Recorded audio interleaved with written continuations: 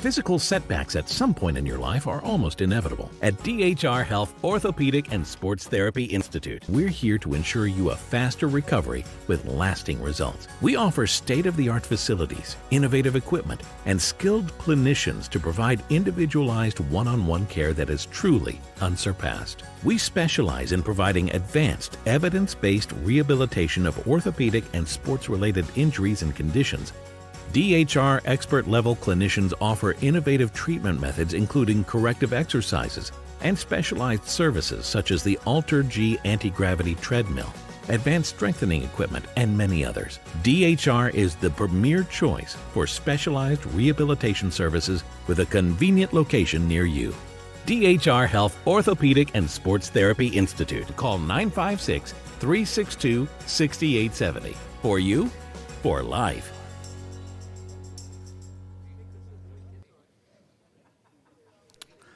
Good evening, folks. My name is Stephen Wingert, and I'm the publisher of The Monitor and Regional Vice President for A Media Texas. On behalf of A Media Texas, The Monitor, the Valley Morning Star, the Brownsville Herald, welcome to the 2022 RGV Sports All Valley Sports Awards. Hey. And I like clapping because it makes me feel like I'm doing a good job, so just burst out whenever you want. Okay. You know, we all had to alter our plans the last couple of years, but today we're happy to return to our traditional in-person awards, and that's what we should be clapping about. We're in person this year. We love the Rio Grande Valley High School sports, and we are honored to have the opportunity to pay tribute to 105 nominees representing 33 high schools and 22 school districts vying for 35 awards, and of course, one Tom Landry Award of Excellence. Our MC for the evening is Mr. Tony Farina. Tony has served as the public address announcer for UTRGV Athletics and our local professional teams. Tony is currently the External Operations Director, Hidalgo County Precinct 4 Commissioner Ellie Torres, and serves as a trustee, Vice President on the McAllen ISD School Board. Ladies and gentlemen, please give a warm welcome to Tony Farina.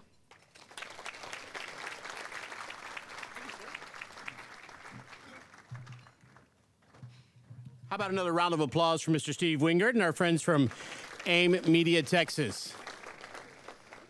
So I have to tell you, the last 2 years we've done this, and I've been in a room by myself with a cameraman.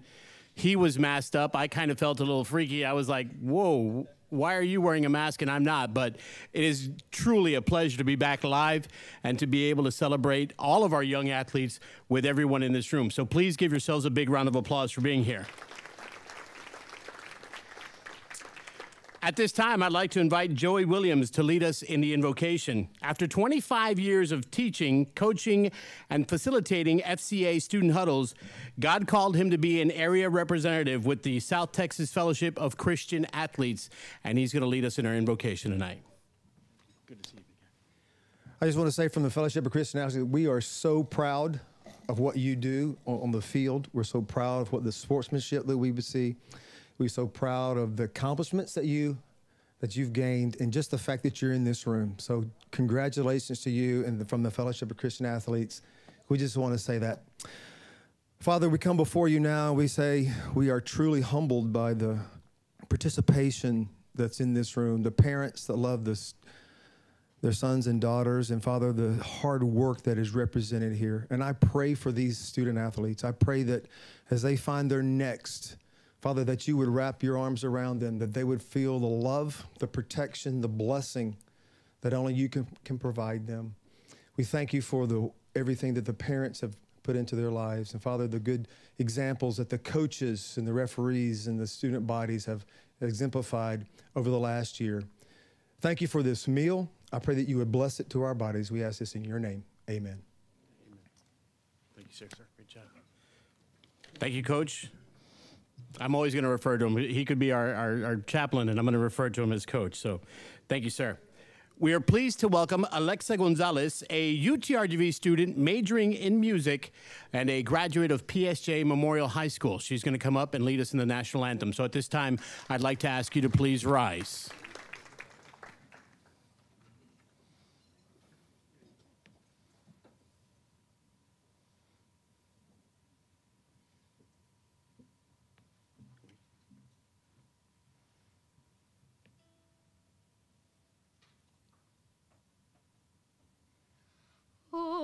Oh, say, can you see by the dawn's early light what so proudly we held at the twilight's last gleaming, whose broad stripes and bright stars through the perilous fight o'er the ramparts we watched were so gallantly streaming, and the rockets reeling, the bombs bursting in air, gave proof through the night that our flag was still there. Oh, say does that star-spangled banner yet wave o'er the land of the free and the home of the brave.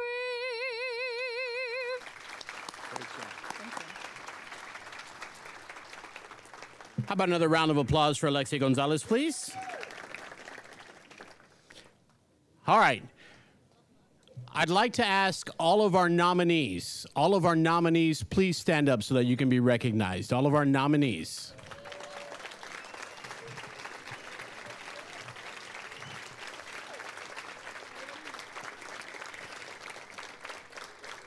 Nominees, please have a seat. I'd like to ask all of our nominees' coaches to please stand if you're in the room. Please stand if you're in the room, coaches.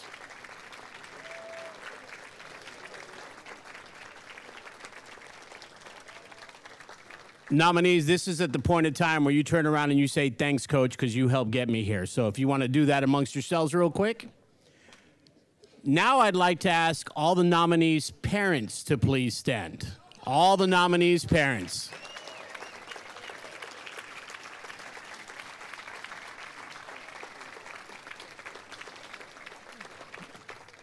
Nominees, you may not always agree with your coaches, but nobody's going to drive you to school at 5 o'clock in the morning for a workout session except your parents, unless you're already driving on your own.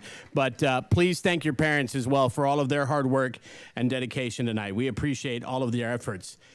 This event would not be possible. This celebration of you and of your accomplishments and your commitment to these programs would not have been possible without the generosity of some great sponsors. Without you this evening, it would not be possible.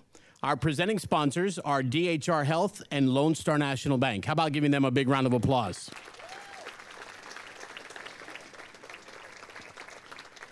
Let me tell you a little bit about Lone Star National Bank. They have been a presenting sponsor of this event for 6 consecutive years now. Lone Star National Bank is a locally owned bank with a network of 33 locations throughout the Rio Grande Valley and San Antonio, or as we like to call it, the Valley North. It's known as a community bank, not so much because it's only got 33 locations, but because it's continuously out and about within our community trying to make a difference. Social responsibility is a cornerstone of the bank's corporate culture. The employees from the very top to the very bottom volunteer thousands of hours and participate in hundreds of charitable events and community events annually. This event being just one of the many. So simply put, Lone Star National Bank is living up to their creed. You're probably wondering what that is. It's what the big banks won't do and what the small banks can't do. I'd like to bring up Ileana Moreno, the Assistant Marketing Director for Lone Star National Bank, and hope that she'll give us a few words and maybe open up on a count or two. Ileana, are you here? Come on up, Ileana. Give her a big round of applause, please.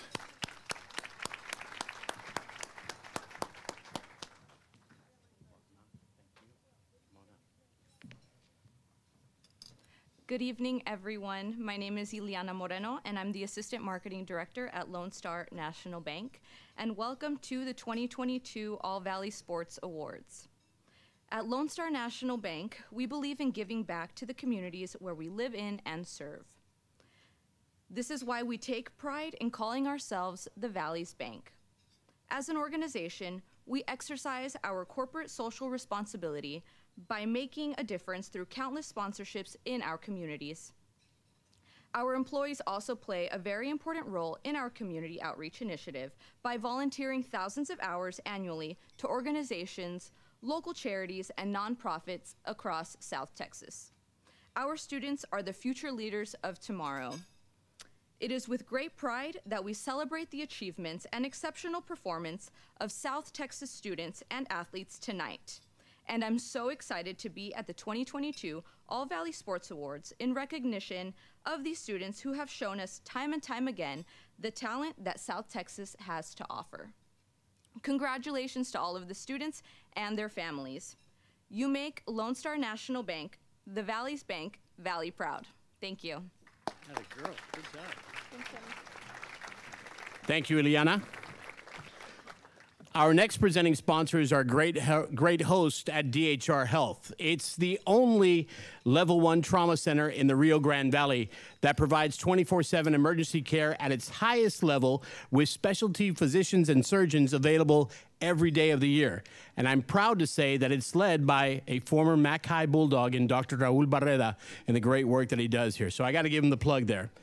The hospital was founded in 1997 to help over 1.2 million residents resolve limited healthcare access challenges in a community that lacked public and county care access challenges, and in a community that today is really thriving and is growing.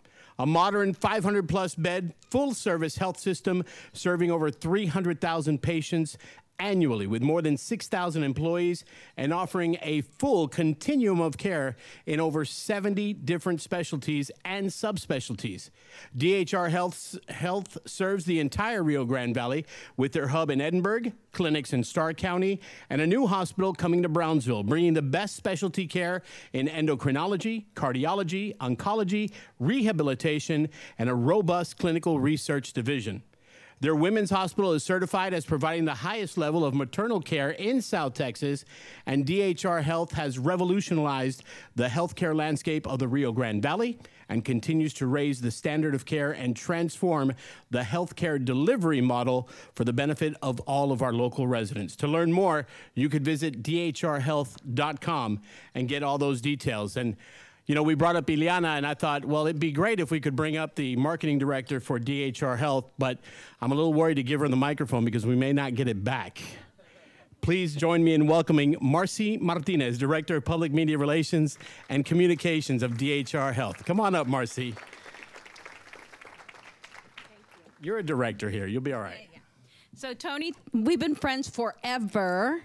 And he called me the wrong director of the wrong department. I'll forgive you. I am the director of public relations and corporate communications. We have a director of marketing who's fabulous as well. So I was... It's a little taller for me. I've been here for 2 years at DHR Health, and I was a news anchor before that for Channel 4. So I still watch the news all the time, not only because I love it, because that's where I grew up for 16 years, but also because of my job here, I have to work with the media all the time and make sure DHR and all the great things we're doing are on the news. And because of that, I get to see, and also read the newspaper, of course, I see all of your faces in there. So you guys are local celebrities. So let's have a round of applause for the stars here tonight. I wanted to let you know we have some special guests here with us tonight. We have Dr. J.J. Sines from the Pediatric Clinic at Renaissance and a great partner of DHR Health, and his daughter, also a pediatrician at the clinic, Dr. Jennifer Sines. Can you please stand? I want everyone to see you.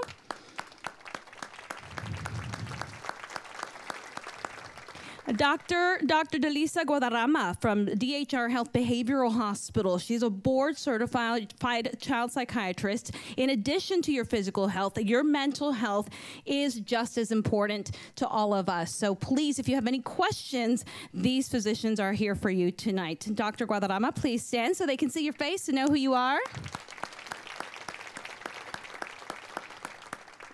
And speaking of physical health, our team of therapists from the DHR Health Orthopedic and Sports Therapy Institute are with us tonight. Please stand and be recognized. We've got a lot of team members here.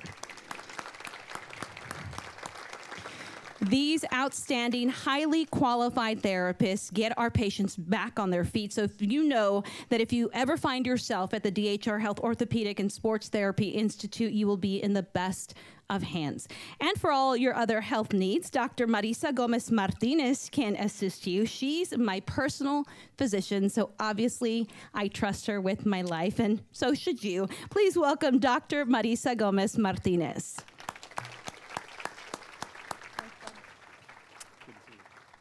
Can you get the aircon lowered in here?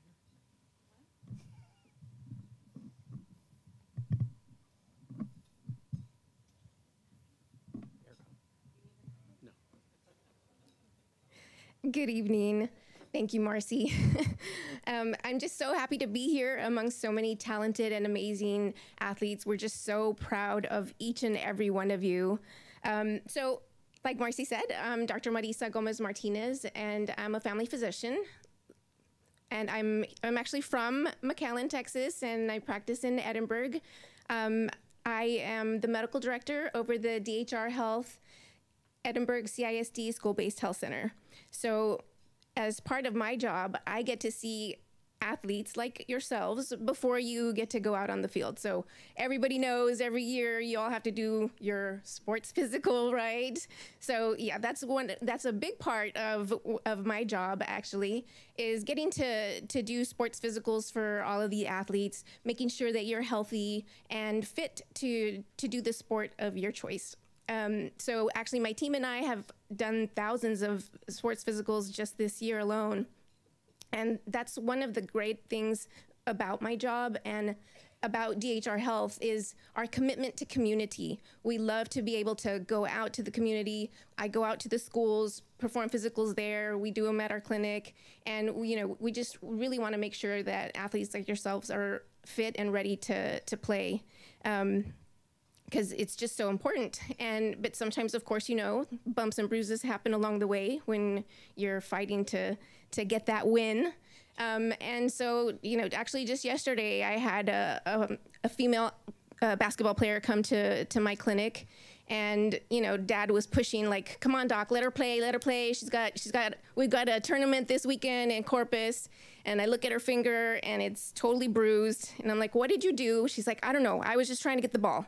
And the adrenaline's running, and she didn't feel the pain till after. And of course her finger's all fat and bruised. And I was like, yeah, I'm pretty sure it's broken. And dad's like, no, it's not broken. I'm like, I'm pretty sure it's broken. Let's go get an x-ray. So walked her down the hall, get to shoot an x-ray, and sure enough, she has a little fracture. So kind of broke dad's heart. But, the great thing about DHR Health is that I have colleagues just a phone call away, and 2 days later, she's going to be able to see one of our orthopedic specialists, and she'll be fine. But, the important thing is safety too, making sure that if you do have an injury, get yourself checked, because you just never know. And, you're pushing for that win, and I'm proud of all of you for doing that, but also make sure you keep your health in mind. And, we're just, again, so proud to be here hosting you tonight. All of your parents, I know, couldn't be prouder of you, but DHR Health is just as proud. So thank you so much. Thank you, guys. Now, I didn't spend years in medical school, but I do understand that if you take the basketball and rub it on the hand, it's almost like baseball. You grab that ball, put it in the dirt, rub it on the injury, it goes away, right? I guess that didn't happen if we have to call in some surgeons. So, all right. So we would also like to extend special thanks to our platinum sponsors from South Texas Health Systems Clinics. They are the 2022 medical advice brought to you by South Texas Health System Clinics, Ortho South Texas. They are dedicated to achieving the highest quality of compassionate care for you and your family through innovation and advanced technology. This evening, we'd like to welcome Dr. Danielle Romanelli and Dr. Sujan Guju to say a few words. Now, Dr. Romanelli is board certified in both orthopedic surgery and sports medicine. He is specializing in advanced arthroscopic reconstruction of shoulders, knees, sports medicine, and work-related injuries. He's an orthopedic consultant for the University of Texas Rio Grande Valley, a clinical assistant professor for UTRGV School of Medicine, and orthopedic director of sports medicine for South Texas Health System Clinics. Dr. Goju is a triple board certified physician in sports pain and family medicine. He completed his family medicine residency at the University of Texas Health Science Center, followed by a sports medicine fellowship at Texas A&M University and a pain medicine fellowship at Texas Pain Institute. He is a graduate from Edward Via College of Osteopathic Medicine in Blacksburg, Virginia. Ladies and gentlemen, please help me welcome Dr. Romanelli and Dr. Sujan Goju.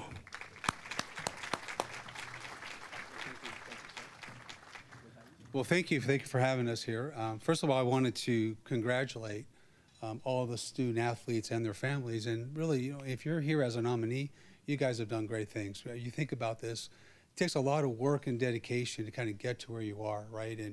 And you have to also remember there's another half of this as a student athlete. You know, as a former Division I doc, I took care of New Mexico State and also U.S. soccer. So I've taken care of athletes from, you know, professional to the recreational athlete. But when it comes to the student athlete, it's the academics also. You have to remember that's also part of it. So you have to have a lot of dedication, hard work for that. So really thank your parents for putting you in the position that you're in, the coaches for helping you out. These are folks that are always going to be with you and someone you can always go to. One thing I want you to recognize as a student athlete is that if you guys go to the next level, and remember, in order to get to the next level, you got to put 40% more than your counterpart if you want to get to that next level. And once you get there, then what do you do? Because when you get to college, it's a whole new ballgame. Everyone's good. Everyone's the star of the team back in high school, right? So you're going to have to work for your position. And again, that's going to take a lot of hard work and dedication. And one way to do that this summer and really beyond is to really work on the things that you're not good at. Work on your physical and your mental game. Physically, work on injury prevention. Work on your trunk, hip, and core strengthening. Work on stretching, getting flexible. If you're a baseball player, you want to be flexible, a volleyball player. You want to work on things so you don't get injured. At New Mexico State, when I was there, the biggest heartbreak that I would have the freshmen come in and they start undergoing college practice, which is a whole another ball game. And I'd have injuries, you know, the first 2 weeks in practice. So you don't want to be that player. So really prepare before you get to college. Don't take it lightly because coach is there.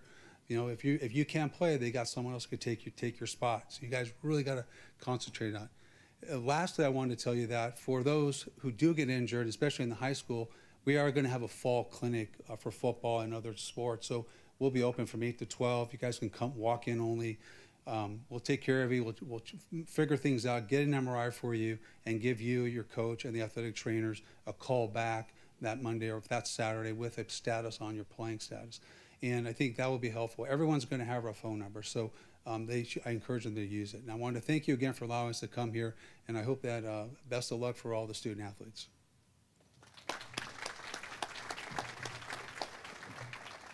My name's Dr. Gogu, and I first want to congratulate, you know, all the student athletes that are here out today. I know it's a lot of hard work, especially to do academics and to be an athlete, you know, during school. It takes a lot of effort to do that. I really also want to congratulate the parents as well. I think, you know, a lot of these student athletes don't realize, you know, how much your parents really sacrifice for you guys to do what they have to do. You know, I was a tennis player when I was in high school, and, you know, breaking all those rackets, you know, taking all those lessons that are there.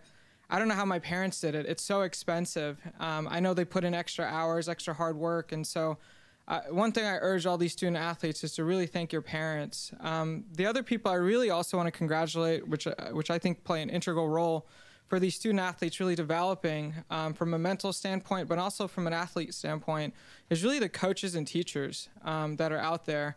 But not only that, the athletic trainers. I think the athletic trainers, every single one, I don't know if there are any out here, but you guys put your heart and soul into these kids. I know how many countless hours you guys spend making sure that they're doing their best, whether it's psychologically, whether it's from an academic standpoint, or whether it's, you know, making sure that they're not in pain or discomfort. I wish you guys all the best, you know, all you student athletes, and I think, you know, the road's only going to be more fun as you go to college and wherever your life takes you next. So congratulations once again.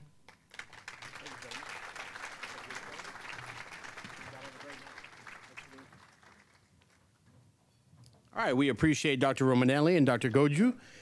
We are honored to welcome our keynote speaker tonight. If anybody's been watching college baseball the last couple of weekends, you know what a great feeling it is to see somebody that you recognize, somebody that you know. If you don't know what I'm talking about, if you watch the Oklahoma series, there was a player there by the name of Tanner Treadaway. Tanner's grandfather played on the 1971 UTPA, or Pan American University, College World Series team. And he got a lot of publicity while he was up in Oklahoma. Tanner's dad, Chad Treadaway, is an Edinburgh High School graduate who went on and played some pro ball, made it to AAA, and was only held up by this guy by the name of Ken Caminetti that prevented him from making the big show. But now it's great to see Tanner Treadaway, who was in the College World Series. And I know for a lot of us that are Roadrunner fans and that worked with the organization, like Coach Mose from Pioneer High School back there was one of the assistants with Chad, to see a local Valley tie up there was great. And you're thinking, well, you know, that's one. Well, we can also point out that when UT was in Omaha, we didn't get to see him on the mound, but Aaron Nixon, a Mac High graduate from a few years back, he's a part of that program. And if you're thinking, well, you know, how about on the coaching staff? McCallum Memorial has Jake Gotro, who has been on several Omaha teams. So it's great to see somebody local, somebody that you have a tie to. Our keynote speaker tonight is an incredible talent. He's a World Series champion. He got to work with guys that Joe Torre, Tony La Russa. He was on a pitching staff for the St. Louis Cardinals. He was on the pitching staff for the New York Yankees. He was on the pitching staff for the Atlanta Braves. He's a graduate of Sherryland High School. The first time I thought I was going to get to see him was in Corpus Christi. We went to go see a Hooks game, and it was the Corpus Christi Hooks against the Springfield Cardinals. And while we were there, we were enjoying ourselves with a few beverages. And we decided to look at the roster. And sure enough, on the roster, we see Garcia, Reynosa, Mexico. So we started chanting, hey, que salga Garcia, que salga. The people in Corpus had no idea what we were saying. But we wanted to see our guy because that's our tie. I've had the opportunity to break bread with him a few times and I call him a friend. And I would like to introduce you tonight. If you don't know who he is, he's got a great story, and he's going to share it with us. Ladies and gentlemen, please welcome Mr. Jaime Garcia.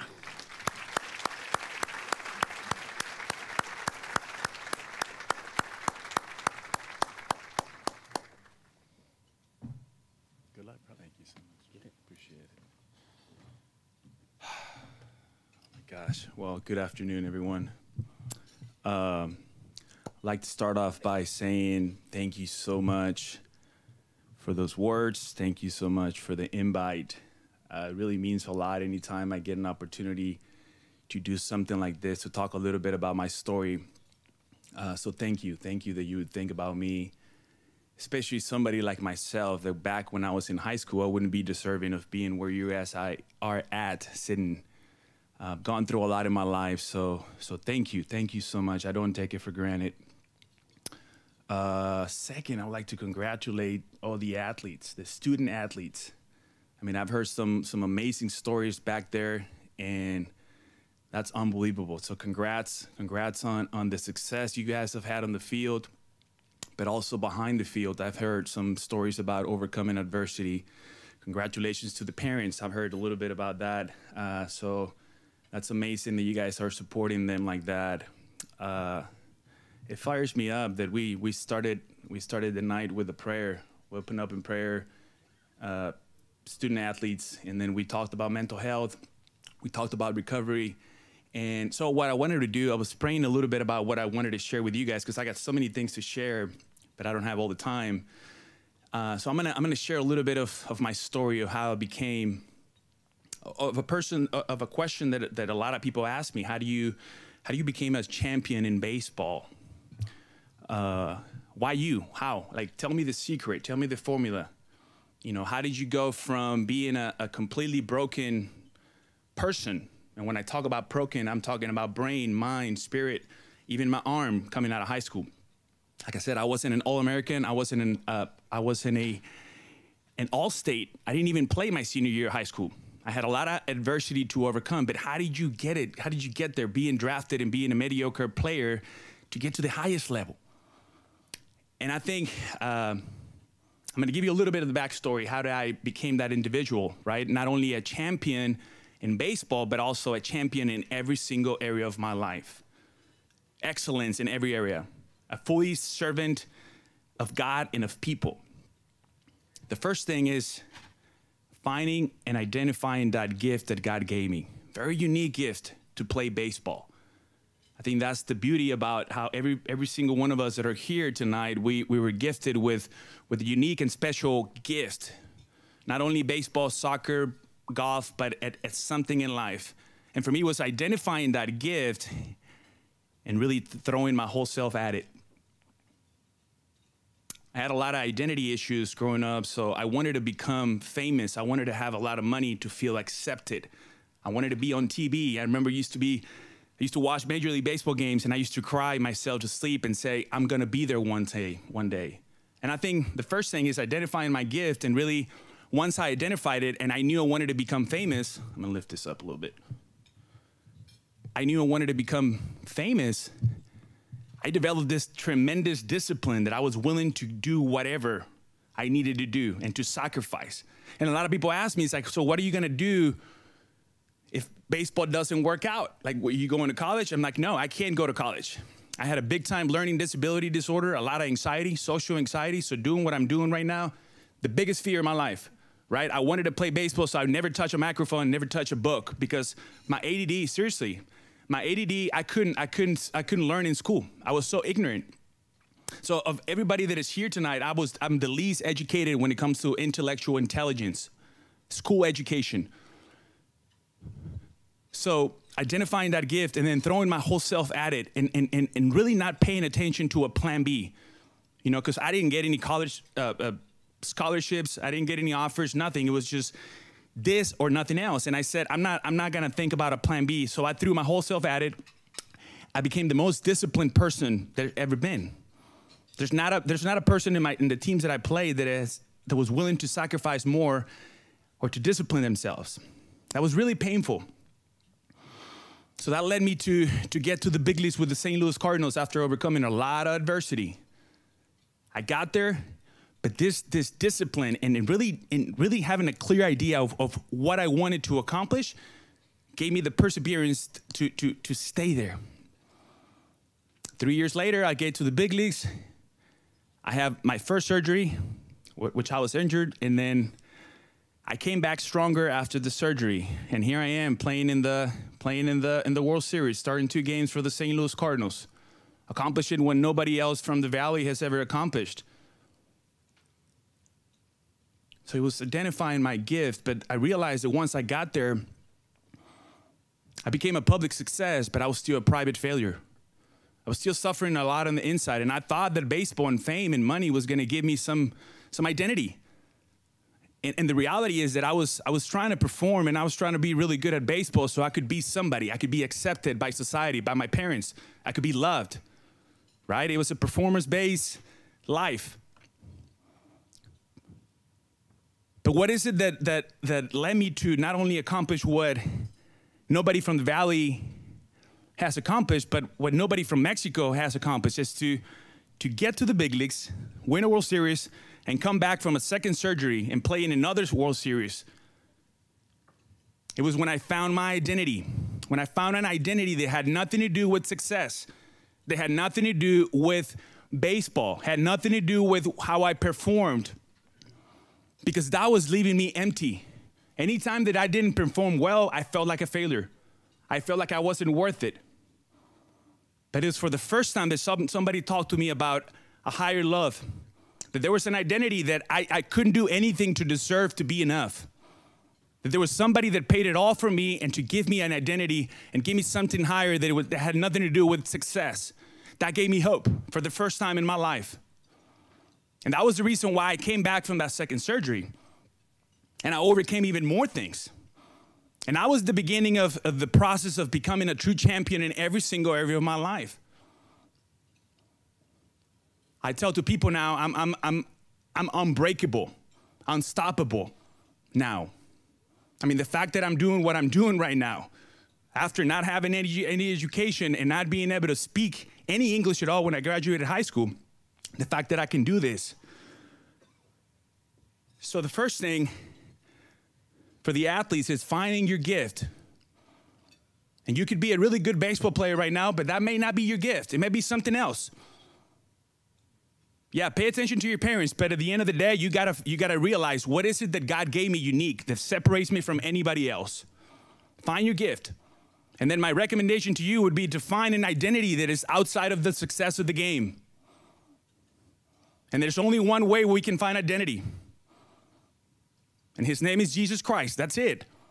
That is the only platform.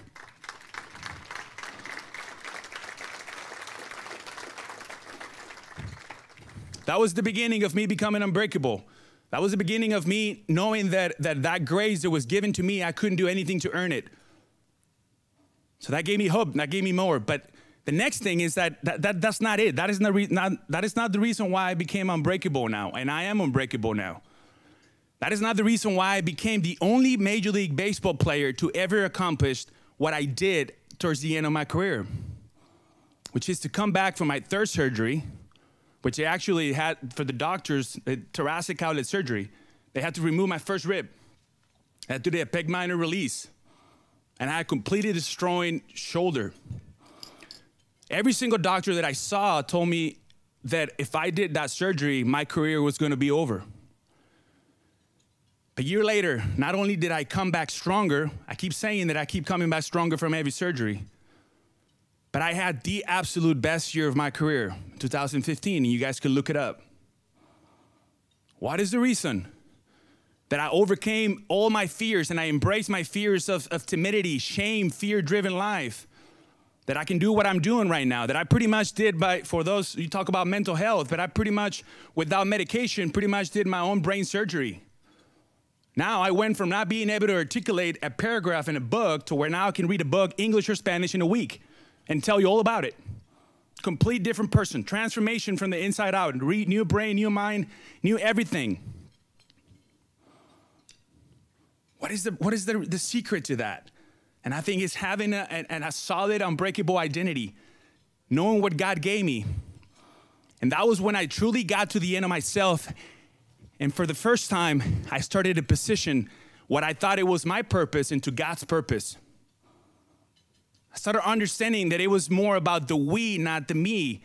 That a tree, when it's planted, is producing fruit. The tree cannot eat the fruit for itself. It's for other people to eat the fruit. So that's when I began to place my purpose in something greater, of greater value. That's when I went home and I started writing a vision of the person that I wanted to become, because I was so tired of being a private failure. Even though I already had an identity, I still couldn't do what I'm doing right now. I still had issues with integrity. I still was living, I had to cover up because I was full of insecurities. But the beginning was that hunger and identifying that God gave us a will and a mind and a brain for us to pretty much accomplish anything that we set our minds to, or become whoever we want to become. And I went home and I wrote the vision down. And you guys, this moment right now was 7 years ago after my third surgery. This is no longer about me overcoming, me being successful. This is about a greater calling. This is when I went from having a career to having a calling. And I wrote the vision of, this is the person that I not only want to become, that I'm going to become. And that helped me to see the long-term vision. This is the person that I'm going to become. And it helped me to simplify life, because we live in a really simple life, really simple system. It's not easy, but it's simple. That long-term vision gave me the short-term goals of things that I needed to do to become that person. And I began to write the vision down. And I began to place that purpose in something higher. And that gave me a determination and a work ethic and a discipline that it blows my mind. That I went through a complete different dimension of life that is available to all of us. That's when I began to become unstoppable, unbreakable. Because I said that tomorrow I want to become a person of excellence in every single area of my life. I want to live a life of significance. I want to make a difference in this world. I want to be able to use my story, my testimony to serve as a blessing to others. I want to be able to speak life into people, to encourage people, to inspire, to be a blessing to others. And that pulled a version out of me that I didn't think he was in there. It was scary how much pain I was willing to go through, because I knew that every single pain and every single anxiety and depression that I had gone through my life was building my character and my courage in a way that I didn't think it was possible. So I was no longer afraid of the uncomfortable. I literally became comfortable at being uncomfortable. I fell in love with the process. And that's it. I mean, I know it sounds like a lot, but it's simple. In the last 3 years, a lot of people ask me, so what do you do, Jaime? What do you do now? I'm not a public speaker. I don't consider myself a gifted speaker. What you guys hear right now is 100% authenticity, vulnerability. And it's me, the same thing, putting in the time to try to, so for people to see and be an effective communicator. But no, I'm a servant. And I think that same vision that I talked about of me becoming exactly the person that I wrote down 7 years ago is applying for the next chapter of my life. So I say all that to say, and my message to you guys will be to go home, talk to your parents maybe for a little bit. But let me ask this question first. Out of the student athletes that are here, how many of you would like to become a complete champion in every single area of your life 10 years from now and make a difference in this world? Am I assuming that every single person? Is there somebody that's not interested in that? You're not? No, you are? So my message to you would be to go home. Yes, talk to your coaches, talk to your parents, but I want you to isolate yourself. We live in a world that is constantly trying to distract you, to rob you of your presence, that is bombarding you with a lot of different things. So I'd encourage you to go home and spend time on yourself. Silence the noise of the world. Try to identify that gift. Not because you're an all-state of football or baseball doesn't mean that that's your gift. There might be something else. I would encourage you to pray about it, because there is a higher love and a higher power that is there listening to you. I would encourage you that if your identity is tied up to performance, to find a higher identity. And then I would encourage you to write your vision of the person that you want to become. Not only what you want to accomplish, because if you write down what the things that you want to accomplish, if you write down fame, money, you're not going to access this other dimension that I'm talking about to become unlimited, to become unbreakable. And I'm telling you this from experience, because most of the most miserable people that I know in the world are public success. People that have a lot of money but are so empty on the inside. And I'm telling you from experience, because I'm standing right here, retired from baseball, that everything that I made in baseball, I still kept it. I have access to do anything I want to do with whoever I want to do for the rest of my life. And I choose to be here with you guys. I choose to serve people, because not only this is the way that we were created, because it's the most amazing way to live life. We were created to serve one another. So I encourage you to go home, write the vision down, be clear about it, be specific of why you want to become a success in college, in professional sports, or doctoral, whatever it is that you want to be. Be specific, write it down, throw your whole self at it. And I guarantee you that you're going to look back at some point in your life and you're going to say, wow, he was right that one time that he said those things, Jaime Garcia. So, again, thank you so much for having me. Hopefully, what I was able to share with you guys can serve as an encouragement, as a blessing to you all. I make myself available. That again, I'm I'm a faithful, committed servant of Jesus Christ and of people. And I live to add value to people, to make a difference in this world. And my prayer for you guys is that not only you would become a public, but also a private success. Thank you, guys.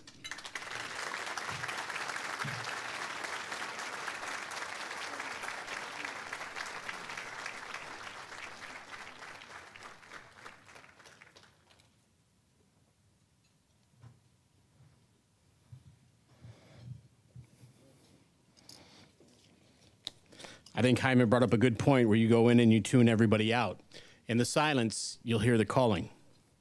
We thank you for that inspiring message, Jaime. Thank you so much.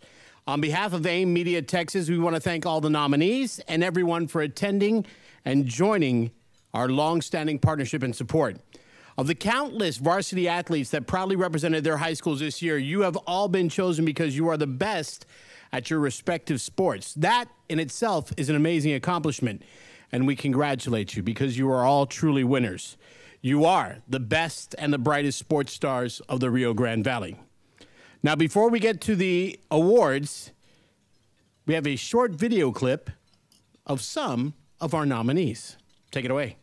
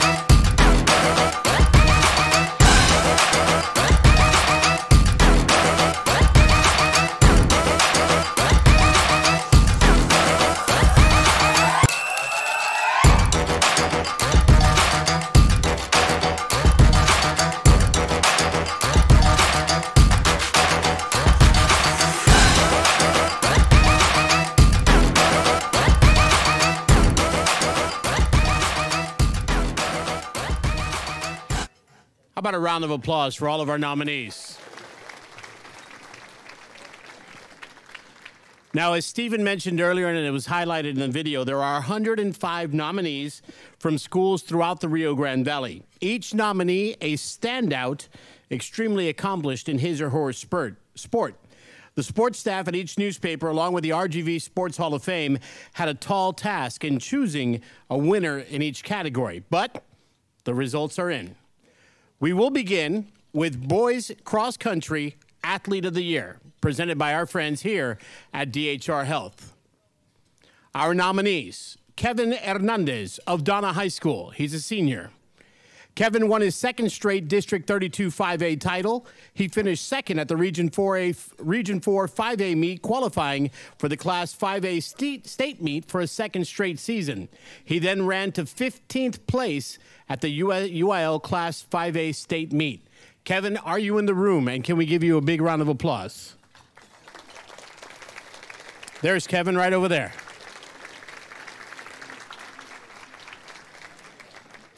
So nominees, as I'm reading your accomplishments, I'm going to ask you to please stand. Our second nominee from Harlingen High School, senior Giovanni Cisneros.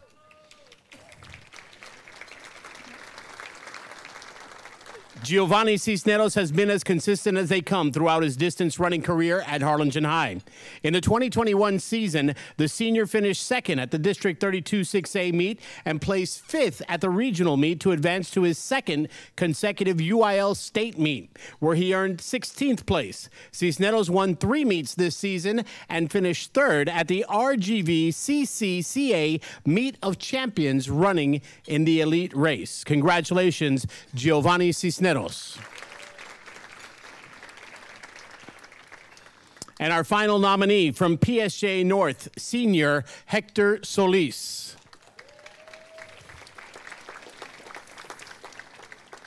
Hector in the back. Hector Solis earned top 5 finishes in 9 of 10 races this season, including a first place in the RGV CCCA Meet of Champions and the District 31 6A meet. He was the highest boys finisher at the UIL State meet, earning 4th in Class 6A with a PR, that's personal record, of time of 15 minutes, 9.7 seconds. How about a round of applause for Hector Solis? Proudly presented by DHR Health, the Boys Cross Country Athlete of the Year Award goes to Hector Solis of PSJ North.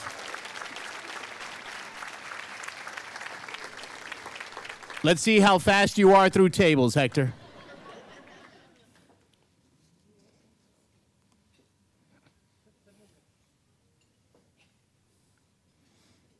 The Raider Nation picks up the first award of the night. Congratulations.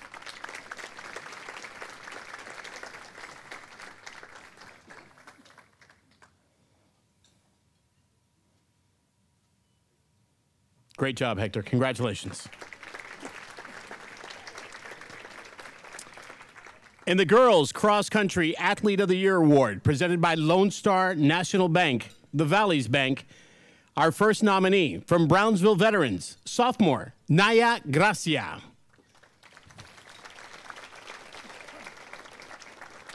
Naya Gracia turned in another solid season in 2021 as a standout runner for Brownsville Veterans Memorial. The sophomore earned 7 top 10 finishes, including winning the District 32 5A Individual Championship and finishing 9th at regionals to advance to her second consecutive UIL state meet, where she placed 84th. Gracia won the Brownsville ISD Invitational and made the podium at 5 meets this season. Naya Gracia from Brownsville Veterans Memorial High School.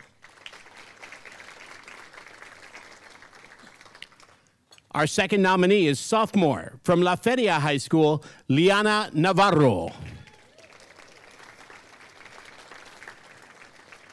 Liana Navarro already boasts an impressive list of accolades. The reigning All-Valley Girls Cross Country Athlete of the Year, improved her times, and had an even better 2021 season. She repeated as the District 32 4A Individual Champion and placed second at the regional meet, leading the La Feria Lionettes to the team title at both events. She shined again at her second consecutive state meet, claiming 7th place to help La Feria finish 5th in the team standings. How about a round of applause for Liana Navarro?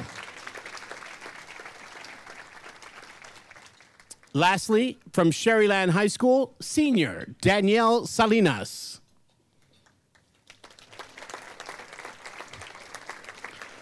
Danielle Salinas won her second straight 31 5A title and finished 4th at the Region 4 5A meet, helping her team qualify for the state meet. She earned an 18th place in the Class 5A UIL state meet and was named Texas Mile Split. Let me get this right. Texas Mile Split Class 5A second team All-State. Danielle Salinas from Sherryland High School. Our Girls Cross Country Athlete of the Year, proudly presented by Lone Star National Bank. Congratulations to Liana Navarro, La Feria High School.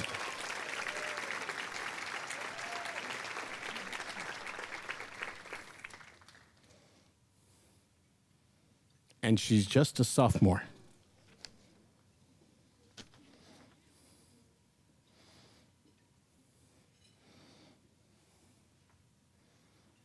Mr. and Mrs. Navarro, Mom, Dad, we'd like to talk to you about McAllen ISD. I have our athletic director right over here. I'm sorry, is that recruiting? My bad. Sometimes I mix up my school board and MC hats there. My bad. All right. Let's move on to Volleyball Player of the Year, proudly presented by Whataburger. That's the W that everyone chases. From Brownsville Rivera Early College High School, senior Kenya Ibarra.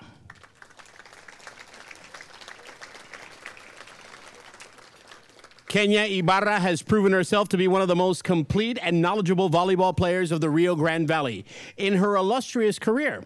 In 2021, the outside hitting Ibarra notched 456 kills and 15 blocks. Her powerful swing was useful at the service line, too, recording 39 aces. Ibarra earned the district Sheridan 2021 and the Brownsville Herald All-Metro Most Valuable Player Award for the second consecutive season. Congratulations, Kenya Ibarra. A senior from Sherryland Pioneer, Natalie Reyes.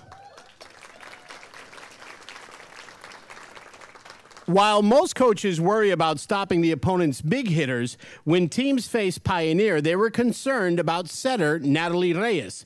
The Division I UTRGV signee was a standout on a team of standouts. Her 1,156 assists were the most in the Valley and among the top 10 of the state, averaging an outstanding 9.9 assists per set.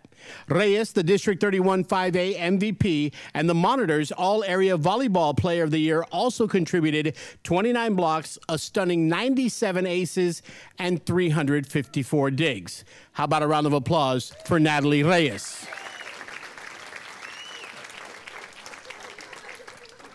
And our final nominee, Julie Bryant from Harlingen High School. She is a junior. There's Julie. Julie reached an elite high school milestone during her junior season, recording career kill number 1,000. She finished the 2021 season with 598 kills as the top offensive piece on the Lady Cardinals team, helping to bring the District 32 6A championship to the program for the first time in 15 years. She was named the District and Valley Morning Star All-Star Offensive Player of the Year. Ladies and gentlemen, Julie Bryant of Harlingen High School. Presented by our friends at Whataburger, the Volleyball Player of the Year. Congratulations to Natalie Reyes from Sherryland Pioneer High School.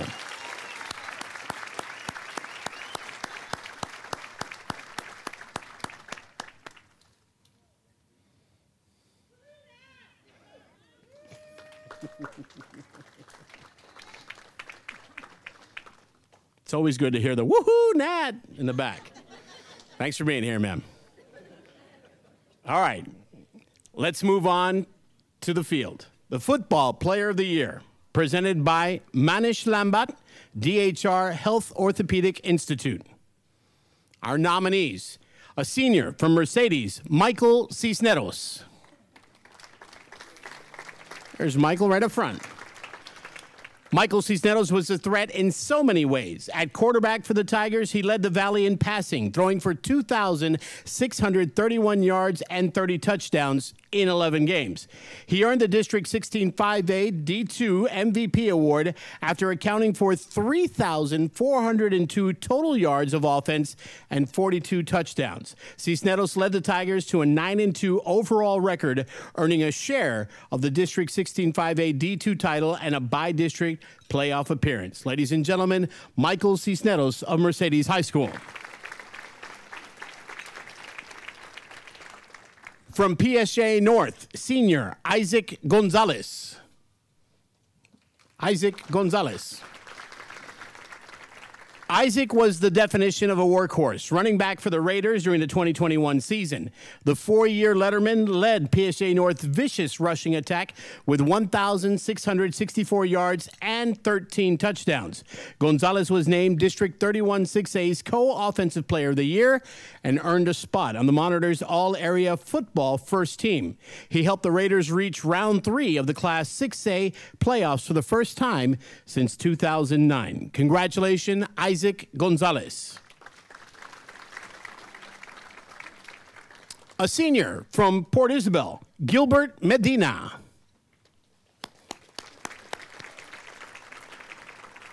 Gilbert Medina thrived as the workhorse for Port Isabel's efficient slot T offense during the 2021 season. The speedy yet strong senior accumulated a whopping 1,541 yards and 18 touchdowns rushing, averaging 9.1 yards per carry. He also had 10 receptions for 252 yards and 2 scores. Added 2 kickoff return touchdowns. Medina lined up defensively for the Tarpons as well. The only thing he didn't do was sit at the end of the bench and guard the Gatorade. Gilbert Medina recorded 6 interceptions, 2 fumble recoveries, and 45 tackles. Congratulations, Gilbert Medina of Port Isabel High School. Our winner in the Football Player of the Year Award, presented by Dr. Manish Lambat of DHR Health Orthopedic Institute. Congratulations to Michael Cisneros of Mercedes.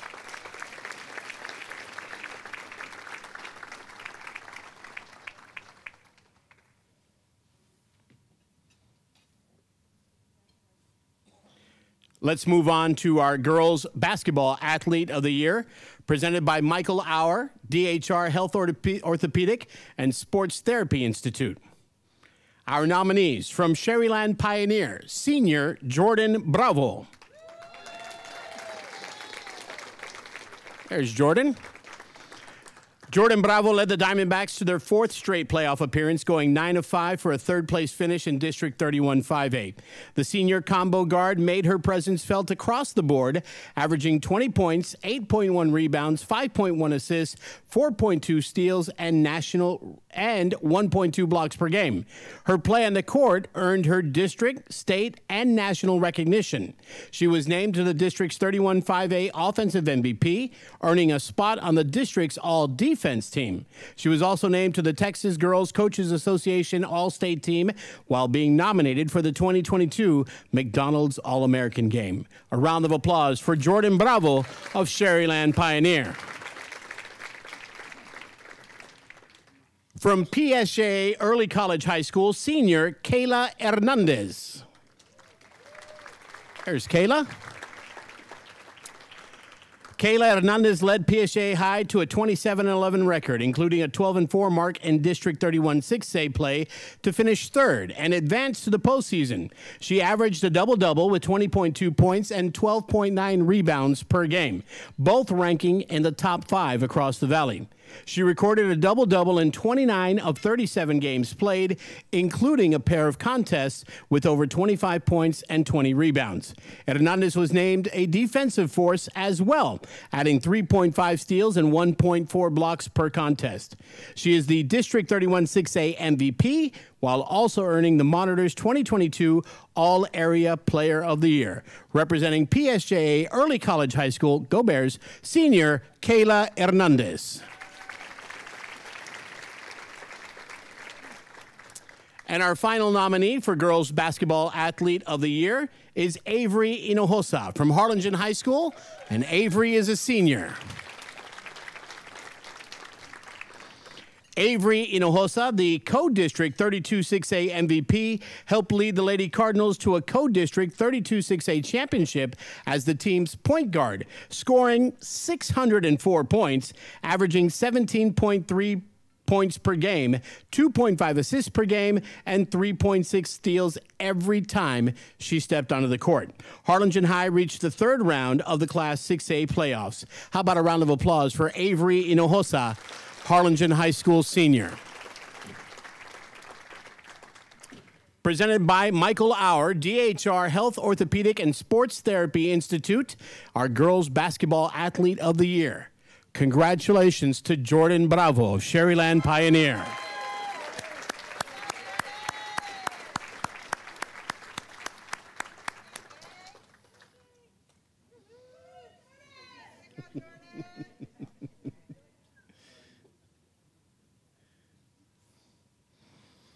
Great job, Jordan.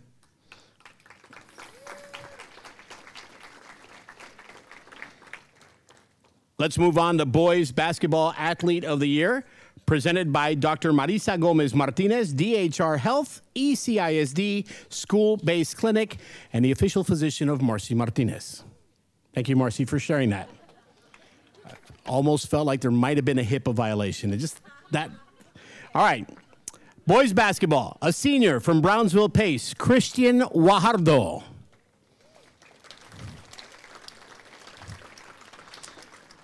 A point guard, Christian Guajardo, District 32 5A's MVP, averaged 17.3 points per game, scoring 675 points and averaging 3.6 assists per game to help lead the Vikings to an undefeated District 32 5A championship.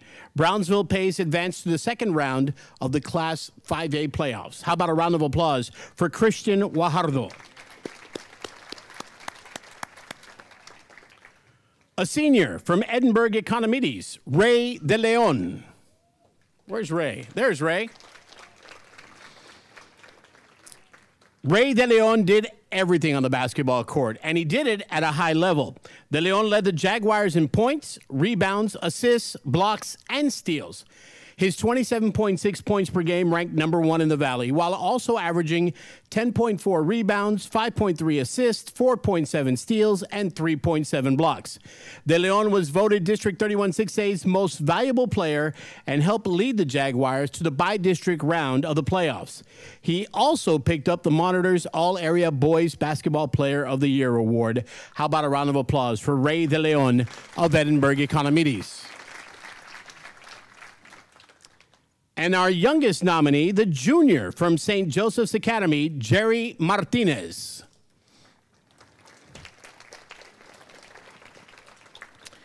Jerry Martinez is the TAPS District 4A MVP, averaging 24.6 points per game, scored 837 total points, averaged 3.2 steals per game, and received the TAPS 5A First Team All-State honors. St. Joe's, the undefeated TAPS 5A District 4 champions, reached the second round of the playoffs. How about a round of applause for Jerry Martinez? Our Boys Basketball Athlete of the Year, presented by Dr. Marisa Gomez Martinez, DHR Health, ECISD School-Based Clinic. Congratulations to Ray De Leon of Edinburgh Economides High School.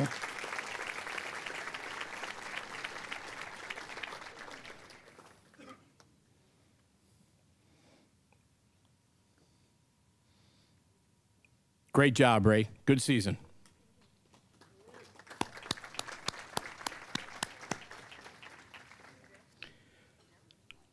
Let's move on to our Boys Soccer Player of the Year, presented by our friends at the RGV Sports Hall of Fame. Tony, when is the Sports Hall of Fame banquet? Next Saturday, that would be July the 9th. And if somebody's interested in tickets, where can they go? What's the website? rgvshof.com.org.com.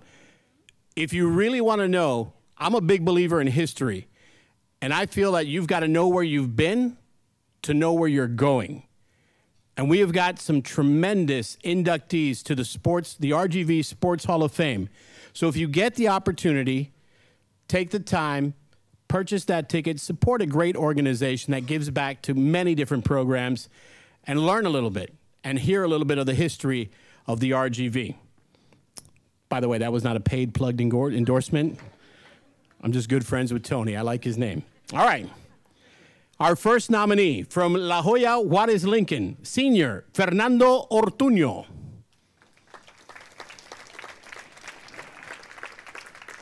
Fernando Ortuño finished tied for first in the Valley in scoring during district play, netting 20 goals in 16 district appearances. He led the Huskies in scoring, helping them finish 14-2-0 in District 31 6A play to capture their 6th straight district title. He scored 13 of 20 goals during the Huskies' 7-game winning streak to close out the season and secure the district title. Our first nominee, Fernando Ortuño. Our second nominee, senior from Brownsville Porter, Julian Gallegos. Julian Gallegos scored 19 goals and provided 13 assists to help the Brownsville Porter Cowboys win a District 32 5A championship. The District 32 5A MVP was pivotal in the Cowboys Class 5A Region 4 Championship final appearance. Gallegos was awarded second team All-Region by Tasco. How about a round of applause for Julian Gallegos?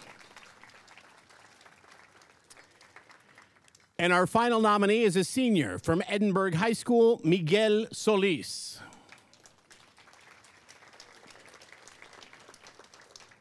Miguel Solis finished fourth in the Valley in district goals scored, finding the back of the net 16 times in as many district appearances. Helped guide the Bobcats to a 12-2-2 record during District 31 6A play, finishing second behind La Joya Juarez Lincoln. Despite playing only 1 year with the Bobcats, he emerged as the team's leading scorer and captain. Miguel, what did you do the other 3 years? Just stayed home. I appreciate that. How about a round of applause for Miguel Solis, ladies and gentlemen? Our Boys Soccer Player of the Year, presented by RGV Sports Hall of Fame. Congratulations to Julian Gallegos of Brownsville Porter Early College High School.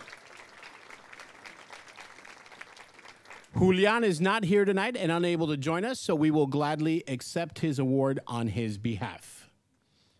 All right, moving on to Girls Soccer Player of the Year, presented by McAllen Emergency Room. Our first nominee is a freshman from McAllen High School, Juliana Millen. Juliana Millen started as a freshman on a senior-driven Mac High team that went 4 rounds, the deepest of any Valley team, into the playoffs. And Millen was huge in each of those playoff games, including a hat trick for you non-soccer fans. That's 3 goals in 1 game. Against Corpus Christi Veterans Memorial in the area round. Millen scored 42 goals on the season, doubling the previous record for a freshman, 21 at Mac High, and dished out 9 assists. She has scored in 23 of 26 games that she appeared in, including 13 in a row. Our first nominee, Juliana Millen of McAllen High School.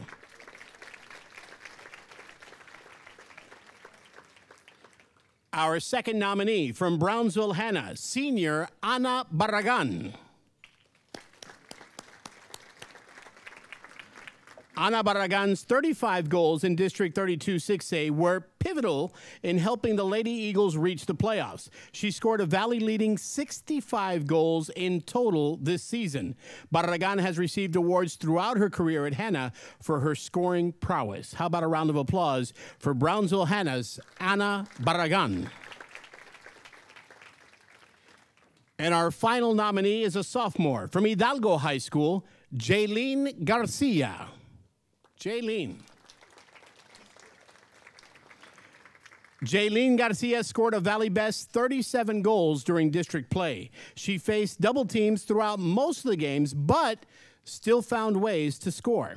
She scored all 3 goals in a 3-2 by-district victory and finished the year overall with 43 goals, a school record. How about a round of applause for Jaylene Garcia of Hidalgo High School?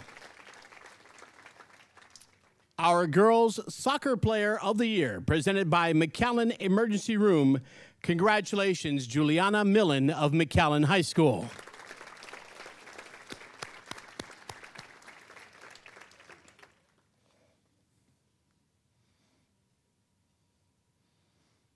While Juliana receives her award, we'll move on to Boys Tennis Player of the Year, presented by Dr. Jose Marina of DHR Health Orthopedic Institute. By the way, he's almost like family to me, so if you need a good doctor, I'll give him the recommendation. Francisco Gomez of St. Joseph's Academy. Francisco is a sophomore. Are you here, Francisco? How about a round of applause for him anyways? Francisco Gomez is a TAPS 5A single state champion. He also scored a majority of the points for his team's second place finish at the state tournament. A round of applause for Francisco Gomez.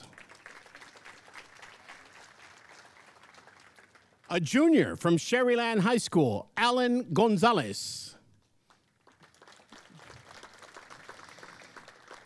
Alan Gonzalez was a dominant force in boys singles during his junior season. He was crowned the District 31 5A champion, Region 4 5A champion, and qualified for UIL Class 5A state tennis tournament in San Antonio, where he advanced to the championship match and finished with a silver medal. Gonzalez posted a 37-2 record on the year. How about a round of applause for Alan Gonzalez of Sherryland High School?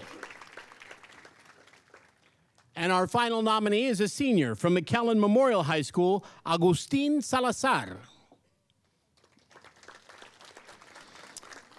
Agustin Salazar capped off his senior year with a second appearance at the UIL Class 5A State Tennis Tournament, competing in the boys singles. Salazar placed third in Class 5A at state and posted second-place finishes at the District 31 5A and the Region 4 5A tennis tournaments.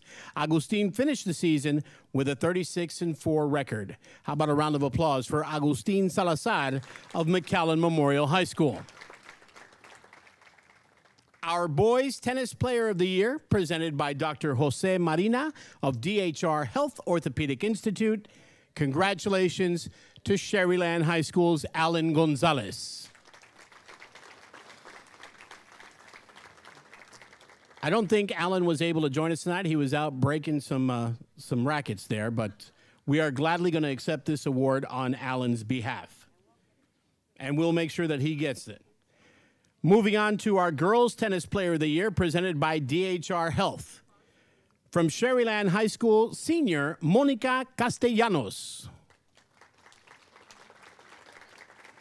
Monica Castellanos was a part of one of the top mixed doubles teams in the Rio Grande Valley. Along with her partner, Abiel Peña, she won the District 31 5A championship and finished the year as the Region 4 5A tennis tournament qualifier. The mixed doubles team of Castellanos and Peña went on a 33-3 overall record. How about a round of applause for Sherryland High School senior Monica Castellanos? Our second nominee is a senior from Brownsville Hanna High School, Sofia De Leon. There's Sofia right in front of us. Sofia De Leon won the District 32 6A Singles Championship and advanced to the quarterfinals of the Region 4 6A tennis meet before falling to the Region 4 runner-up. Congratulations, Sofia De Leon. And our final nominee is a senior from Harlingen South High School, Clarissa Rubio. Clarissa Rubio partnered with McLean Wittenbach to win the District 32 6A Mixed Doubles Championship. The pair advanced to the Region 4 6A quarterfinals, where they lost to the regional champions. Rubio was also part of the South's District 32 6A Team Championship and by-district playoff win. How about a round of applause for Clarissa Rubio of Harlingen South High School?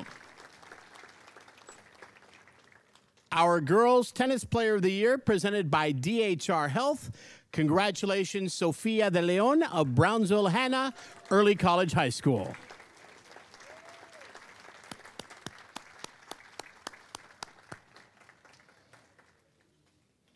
Great job, Sofia. Moving on to our Boys Golfer of the Year, again presented by DHR Health. Our first nominee is a junior from McAllen Memorial High School, Esteban Gonzalez. Right in front. Esteban Gonzalez, for the second straight year, was the lowest scoring golfer in the Valley, averaging 73.81 strokes per round. That's nearly 2.5 strokes better than the second lowest scorer. In 9 events, he shot under par 4 times and twice shot par. He also won the District 31 5A individual championship and helped his Mustangs secure the team district title. How about a round of applause for McAllen Memorial Jr., Esteban Gonzalez? Our second nominee is senior Parker Smith of Harlingen High School.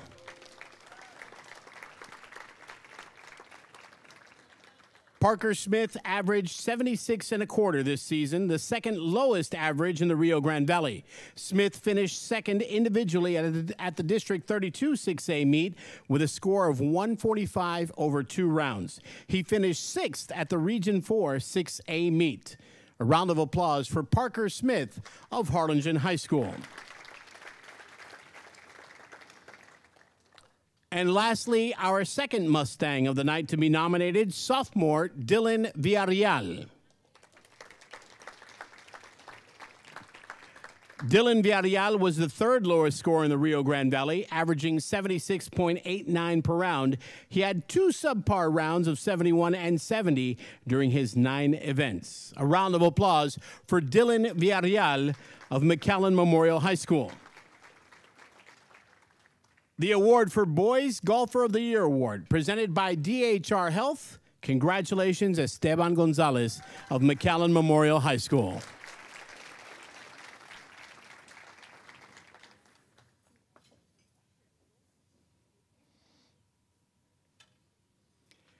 Moving on to Girls Golfer of the Year, presented by Nathan Saffels, DHR Health Orthopedic and Sports Therapy Institute. Our first nominee, from Sherryland Pioneer, Jocelyn Lopez. Jocelyn, yours is the only class that's in a totally different color. Are you a junior? Okay, I just want to make sure, because that was kind of like a red flag. Is she a junior? Is she a senior? But we got you. Jocelyn Lopez was the third lowest scorer across the valley with a 78.81 average. She scored a season-low 2 under par 70 at the difficult Champion Lakes Golf Course and was one of 3 girls golfers to average under 80 for the season, doing so in 9 events. Ladies and gentlemen, from Sherryland Pioneer High School, junior Jocelyn Lopez. From McAllen High School, senior Samira Salinas. Samira Salinas was the lowest scoring girls golfer across the valley. In 9 events, she averaged a 75.67. The next closest golfer was 2.5 strokes behind. She shot a season-low 2 under par at River Bend and captured the individual title during the District 31 5A golf tournament to advance to regionals. Congratulations, Samira Salinas of McAllen High School. And our final nominee from Weslaco High School, senior Jaslyn Segura.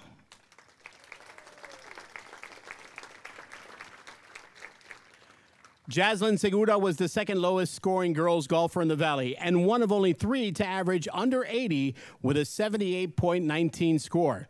Twice she broke par, both times shooting 2 under par 70s.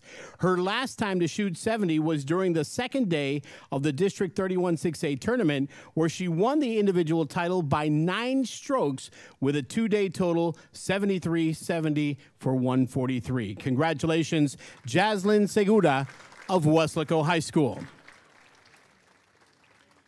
Presented by Dr. Nathan Saffels, DHR Health Orthopedic and Sports Therapy Institute, Girls Golfer of the Year goes to Samira Salinas of McAllen High School.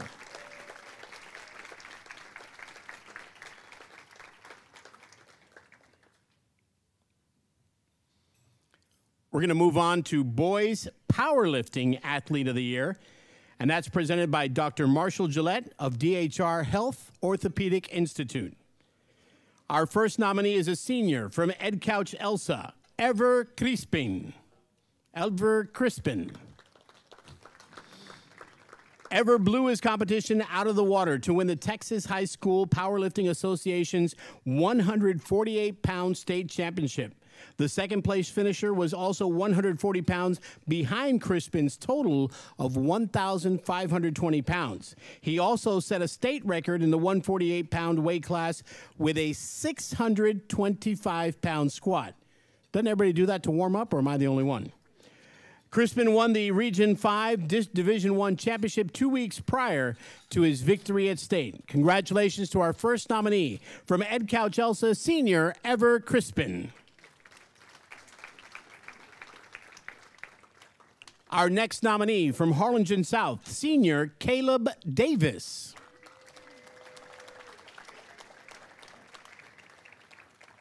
Ladies and gentlemen, before you, Caleb Davis, the 2021-2022 Class 6A state champion at super heavyweight. Give him a round of applause for that.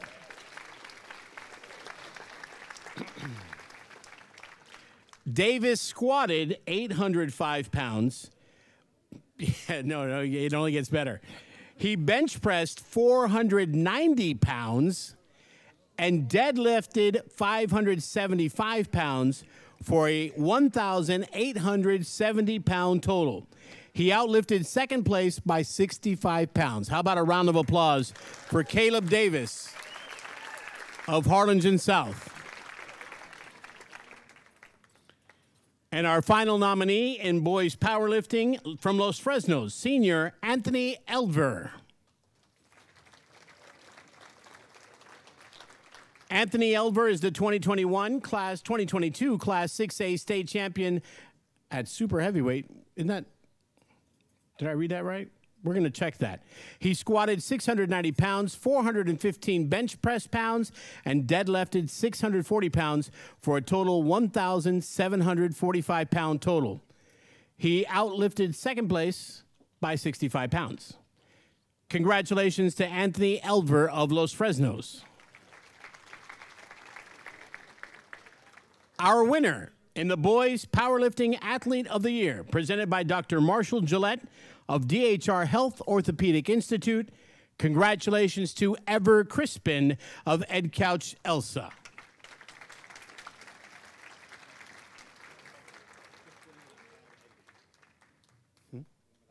Gotcha. All right. We are going to accept Mr. Crisper's award, and we'll move on to Girls Powerlifting Athlete of the Year, presented by Lone Star National Bank. Our first nominee is a senior from Los Fresnos, Miranda Escamilla. Miranda Escamilla is the 2021 Class 6A state champion at 123 pounds.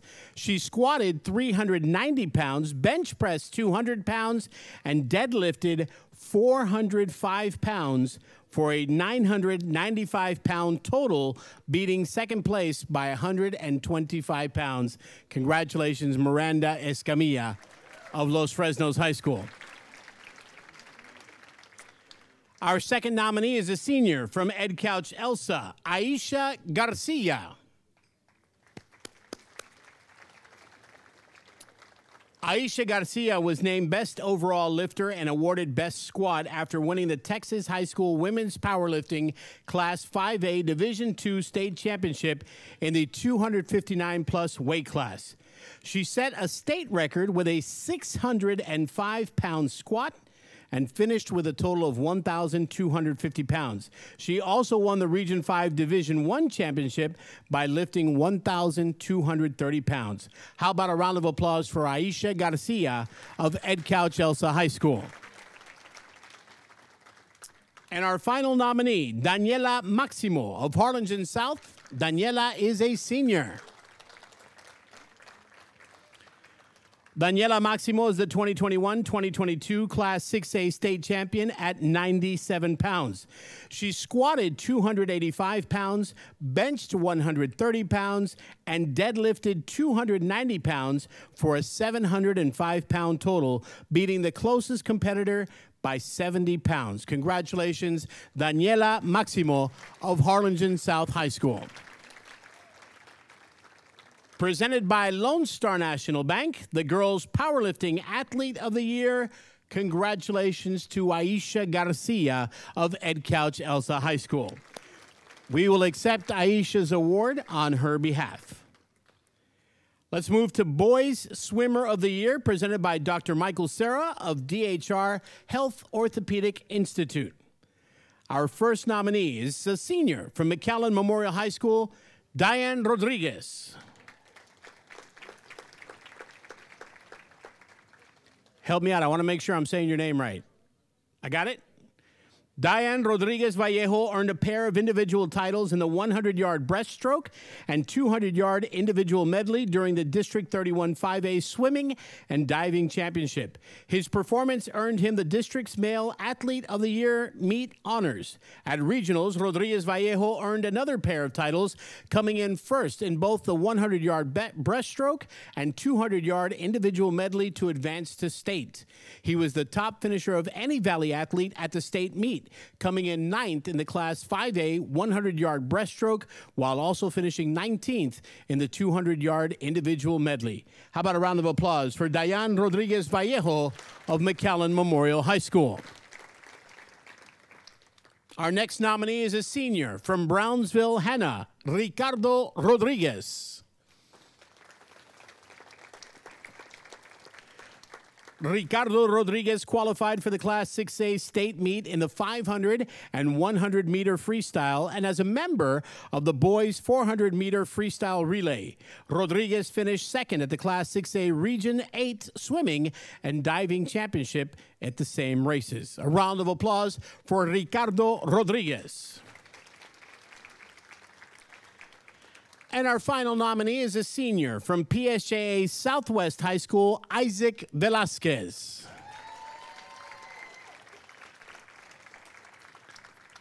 Isaac Velasquez opened the championship season with a pair of individual district titles, taking home the gold in the 50 and 100-yard freestyle at the District 32 5A Swimming and Diving Championships. He followed it by adding a pair of regional titles, coming in first in the 50 and 100-yard freestyle at the Region 8 5A Swimming and Diving Championship. The pair of wins secured his fourth consecutive state meet appearance. At state, Velasquez finished 13th in the 50 and 100-yard freestyle in the Class 5A, earning him the TISCA Class 5A All-State Honorable Mention Award honor for both events. How about a round of applause for Isaac Velasquez of PSJA Southwest?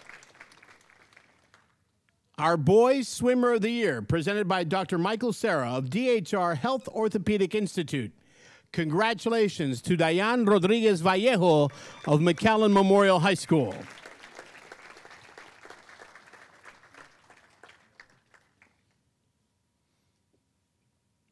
Moving on to Girls Swimmer of the Year, presented by our friends at Longhorn Steakhouse. We'll start with our first nominee, a senior from Sherryland High School, Gabriela Gonzalez. Gabriela Gonzalez kicked off the championship season with a dominating performance at the District 31 5A Swimming and Diving Championships, taking home the gold in the 50 and 100-yard freestyle. Her performance, which included setting a pool record in the 100-yard freestyle with a time of 53:49, earned her the District Female of the Year of the Meet honor for a fourth consecutive year. Congratulations. At regionals, she finished third in the 50-yard freestyle and second in the 100-yard freestyle to secure her fourth state meet appearance. How about a round of applause for Gabriela Gonzalez of Sherryland High School? Our second nominee is a senior from PSJA Early College High School, Natalie Bravo.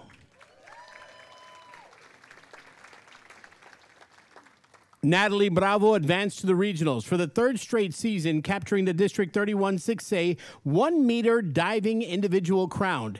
At regionals, Bravo dominated the competition, taking home the Region 8 6A 1-meter diving title with a score of 291.6 points, over 40 points more than the second-place competitor. The regional title marked the second consecutive for the PSJA high diver. Bravo finished 20th at the Class 6A state meet, earning TISCA Class 6A All Honorable Mention honors. How about a round of applause for Natalie Bravo of PSJA Early College High School? And our final nominee is a junior from Los Fresnos High School, Jada Ashford.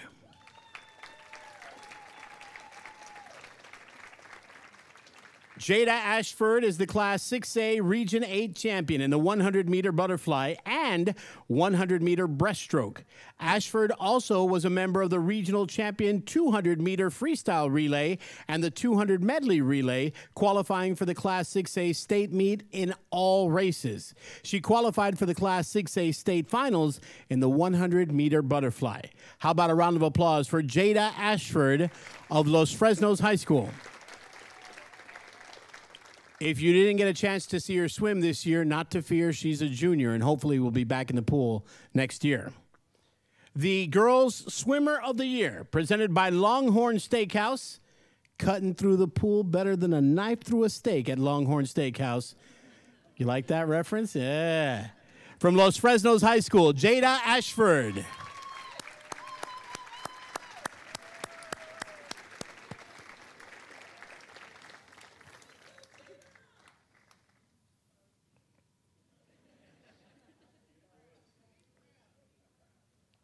Let's move on to our boys track and field athlete of the year, presented by Dr. Cruz Bernal, DHR Health Urgent Care.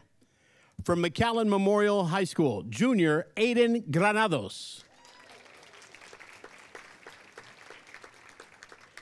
Aiden Granados dominated distance events in the Valley in Class 5A, winning 10 out of 12 Valley meets, including individual titles in the 16 and 3,200-meter run at the District 31 5A and Area 31-32 5A meets. He captured a pair of Region 4 5A titles in the 1,600 and 3,200-meter run, including setting a meet record in the mile run with a time of 4 minutes, 11 seconds, 60.69. So if you do the math on that, that's 4 laps. That's 4 minutes. That's just under a minute, over a minute two each one. Congratulations, Aiden. He capped off his junior campaign with a pair of second-place finishes at the UIL 5A state track meet and set a personal best on his way to the silver in the 3,200-meter run with a time of 9:08.91, while earning another silver in the boys 5A 1,600-meter run. From McAllen Memorial, junior Aiden Granados. Our second nominee is a senior from PSA North, Hector Solis. Hector Solis shown in the Class 6A district running events this season, picking up 10 combined gold medals in the 800, 1,600, and 3,200-meter runs. He swept the gold in all 3 events during the District 31 6A meet to advance to the area round. Now at area, Solis competed in the 1,600 and 3,200-meter runs, finishing first in the 1,600 while coming in third in the 3,200 to advance to regionals in both events. He picked up a pair of silver medals at the Region 4 6A meet, setting personal best in the 1,600 and 3,200-meter run. He finished the year as the school's record holder in 1,600 meters at 4:12.88 and the 3,200 meters at 9:09.06. How about a round of applause for Hector Solis from PSA North High School? And lastly, a senior from Lyford High School, Mark Marroquin. Where is Mark? Mark Marroquin qualified for the Class 3A UIL state meet in the 200-meter sprint with a third-place finish at the Class 3A Region 4 meet. Marroquin captured a triple jump title at the RGVCA Meet of Champions and brought home 4 gold medals at the area meet to end the season as one of the best track and field athletes of the Rio Grande Valley. A round of applause for Mark Marroquin of Lyford High School. Presented by Dr. Cruz Bernal, DHR Health Urgent Care, the Boys Track and Field Athlete of the Year. Congratulations, Aiden Granados of McAllen Memorial High School.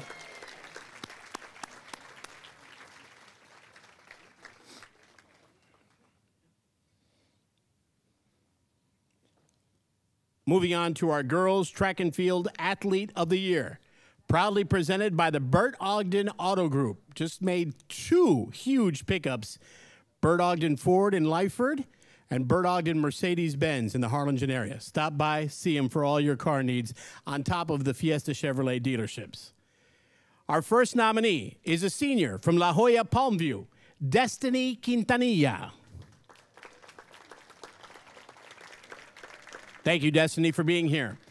Destiny Quintanilla placed in the top 3 during each of her 1,600 and 3,200 meter races. That's 13 in total. She won the 3,200 meter run at the RGVCA Meet of Champions with a time of 10:57.94. She set a personal and school record during the District 35A meet in the 3,200 meter run with a time of 10:51.93.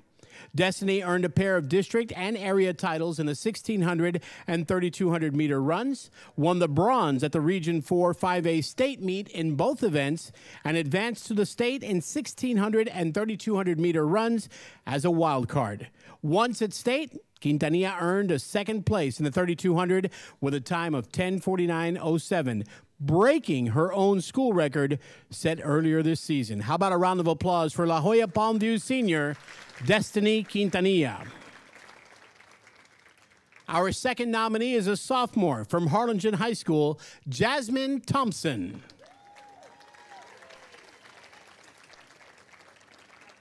Jasmine Thompson is the Class 6A Region 4 champion in the shot put and runner-up at the district throw.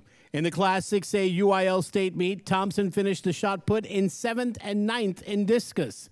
She set a personal record at state with a throw of 41 feet, 10 inches in the shot put. How about a round of applause for Harlingen High sophomore Jasmine Thompson? And our final nominee is a sophomore from St. Joseph's Academy, Alondra Loya. Brownsville St. Joseph's Academy, Alondra Loya is the Class 5A TAP state champion in the discus throw as a sophomore. Loya broke the Brownsville St. Joseph's Academy record with a throw of 128 feet, 8 inches. How about a round of applause for Alondra Loya of St. Joseph's Academy? She's a sophomore as well. It's great to see the youth, coming in and doing what they do. Presented by the Bert Ogden Auto Group, our girls track and field athlete of the year is Jasmine Thompson of Harlingen High School.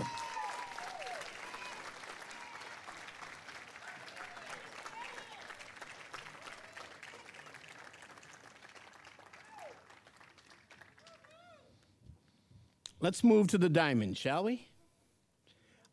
Our sophomore player of the year, presented by Lone Star National Bank. Our first nominee is a senior from Lyford High School, Mia Wetgrove. Mia Wetgrove helped the Lady Bulldogs cruise to a District 31 3A title and a deep run in the playoffs. In 31 games, she produced 46 hits, 42 RBIs, and 9 home runs with a .561 batting average. In the circle, that's for you non-softball players, she's a pitcher, much like Jaime Garcia. She won 12 games for the Lady Bulldogs in 24 outings, striking out 116 batters with a 1.488 ERA. How about a round of applause for Mia Wetgrove of Lyford High School?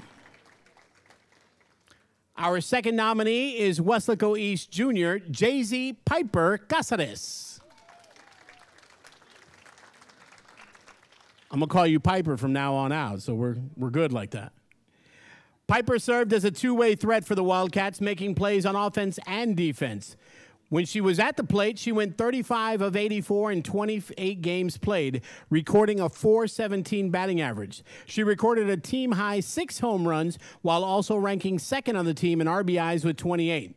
She also added 8 stolen bases to that, and helped lead the Wildcats to a 27-7 overall record, including a 12-2 district finish for Co-District 32 5A Championship. How about a round of applause for Piper Casares of Weslaco East High School? And our final nominee is a senior from PSA North, Ariella Sainz.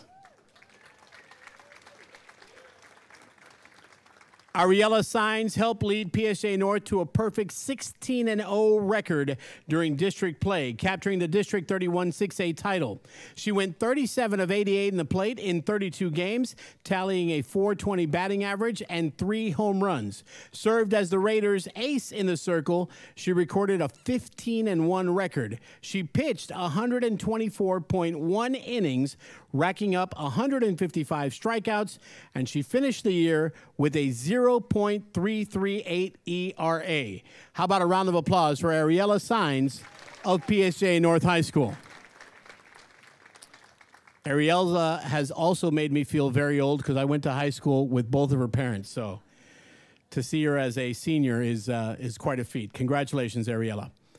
Our Softball Player of the Year, presented by Lone Star National Bank. Congratulations, Mia Wetgrove of Lyford High School. We will accept the award on Mia's behalf. Jaime, I got to see you accepted. That's not a bad. It's a much better representative than me. So, all right, Baseball Player of the Year, presented by South Texas Health Systems Clinics. Our first nominee is a sophomore from Brownsville Veterans High School, Carlos Garza. Carlos Garza won 8 games as a starter this season for the Chargers, striking out 75 batters and posting a 1.52 ERA. Garza's batting average of .416 was the best on the team for batters, with more than 50 plate appearances. He drove in 20 runs on 42 hits to help the Chargers win a bi-district playoff series. Congratulations to our first nominee, Carlos Garza of Brownsville Veterans Memorial High School. Our second nominee is a senior from La Joya High School, J.C. Gutierrez.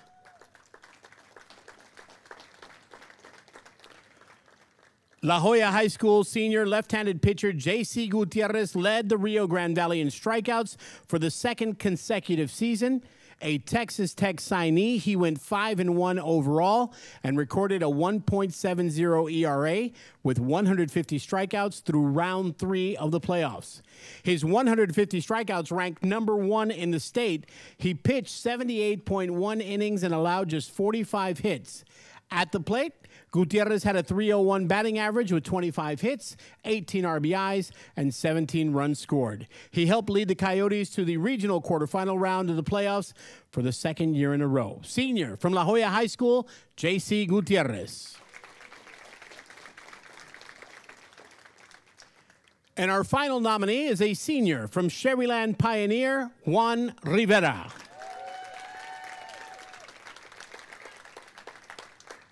Juan Rivera was one of the top infielders in the state throughout his 4-year career with the Diamondbacks.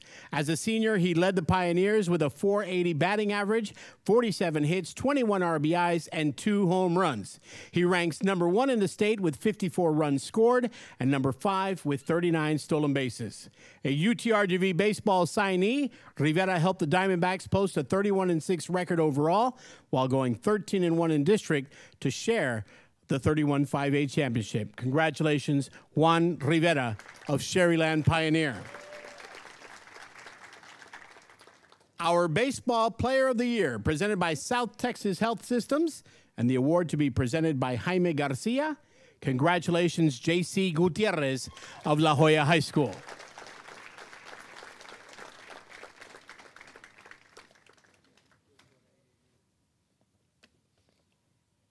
Congratulations, JC. Let's get it down to the mat with some wrestling. Our Boys Wrestler of the Year, presented by Dr. Jose Carreras, DHR Health Orthopedic Institute. Our first nominee is a senior from Los Fresnos High School, Tiago Almeida. Tiago Almeida was the 106-pound runner-up in the Class 6 Region 4 tournament. He qualified for the state 6A tournament with his second-place finish. How about a round of applause for Tiago Almeida of Los Fresnos High School? From Sherryland High School, senior Paulo Miranda. Paulo Miranda finished the season with a 29-4 record in the Class 5A 120-pound weight class division, taking second in the Region 4 Class 5A tournament. He won his first match at the state tournament and ended up on the podium with a 5th-place finish. How about a round of applause for Paulo Miranda of Sherryland High School? And lastly, we recognize senior Roman Saldaña of Weslaco High School. Roman Saldaña was the Region 4 Class 6A regional champion and the only boys wrestler from the Valley to win his first 2 matches at state tournament. He wrestled in the 285-pound weight class, compiled a 27-4 record, and finished 5th on the podium at the state tournament. From Weslaco High School, we welcome Roman Saldaña.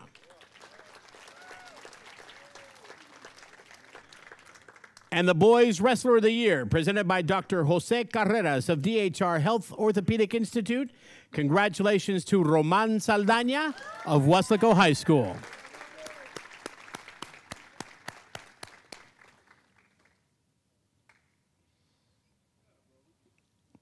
Moving on to our Girls Wrestler of the Year, presented by The Monitor. Our first nominee is a junior from McAllen Memorial High School, Eternity de la Garza.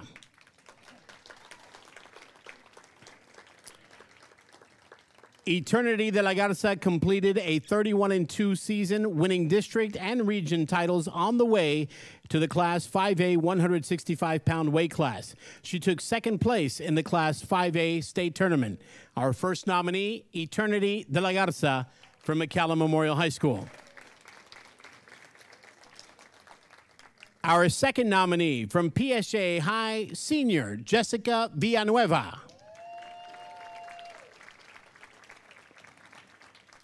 Jessica Villanueva compiled a 40-0 record en route to the Class 6A state wrestling title in the Class 6A 185-pound mark.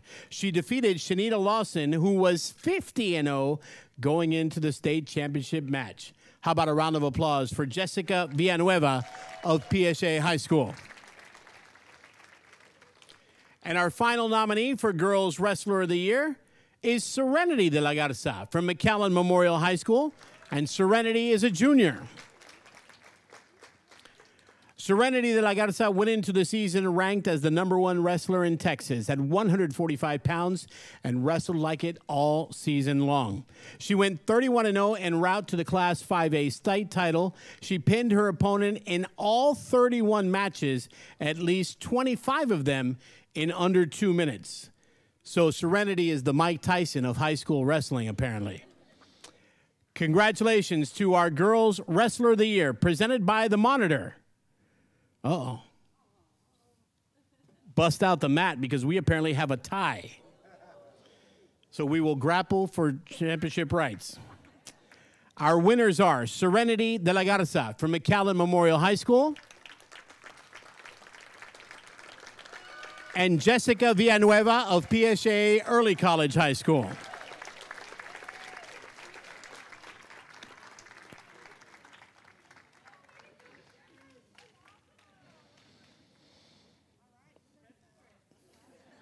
All right. They're not in the same weight class. We can't have them grapple for it after all. That's like putting me and Henry together. That wouldn't be. Our 6A Female Athlete of the Year Award, presented by DHR Health. Our first nominee is Kayla Hernandez from PSA High School, and Kayla is a senior. Let me tell you a little bit about Kayla Hernandez, a 4-sport athlete during her senior season, competing in volleyball, basketball, softball, and track and field. Hernandez was voted to the District 31 6A first team, also earning the nod at District 31 6A's Blocker of the Year.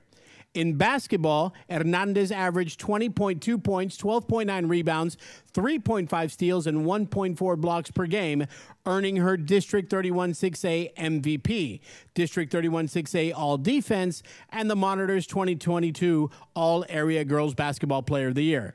equally successful in softball, she earned District 31 6A's Catcher of the Year award, and in track, she advanced all the way to the Region 4 6A meet, just missing out on a spot at the state meet with a third-place finish in discus. How about a round of applause for Kayla Hernandez?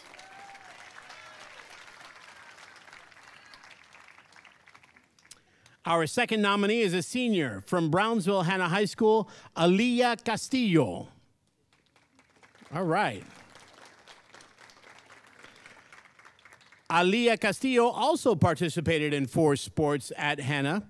She played volleyball in the fall, was a key defender for the Lady Eagles soccer team, made it to playoffs in the winter. She excelled on the track as one of the best 400-meter runners in the Rio Grande Valley and qualified for the THSWPA state meet, where she brought home a bronze medal. How about a round of applause for Brownsville Hanna senior Aliyah Castillo? And lastly, a junior from Harlingen South, Rosa Zapata.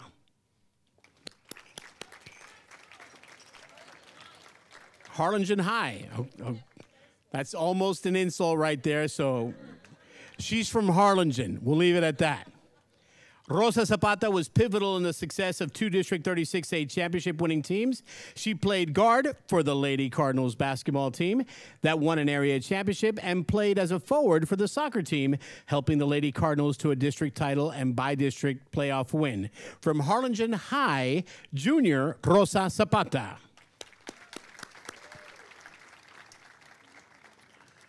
Presented by our host, DHR Health, our 6A Female Athlete of the Year.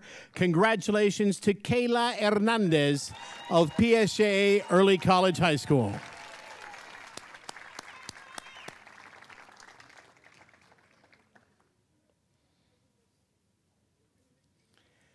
In our Sub-6A Female Athlete of the Year, presented by Dr. Kip Owen, DHR Health Orthopedic Institute. Our first nominee is a senior from McAllen High School, Selena Sainz.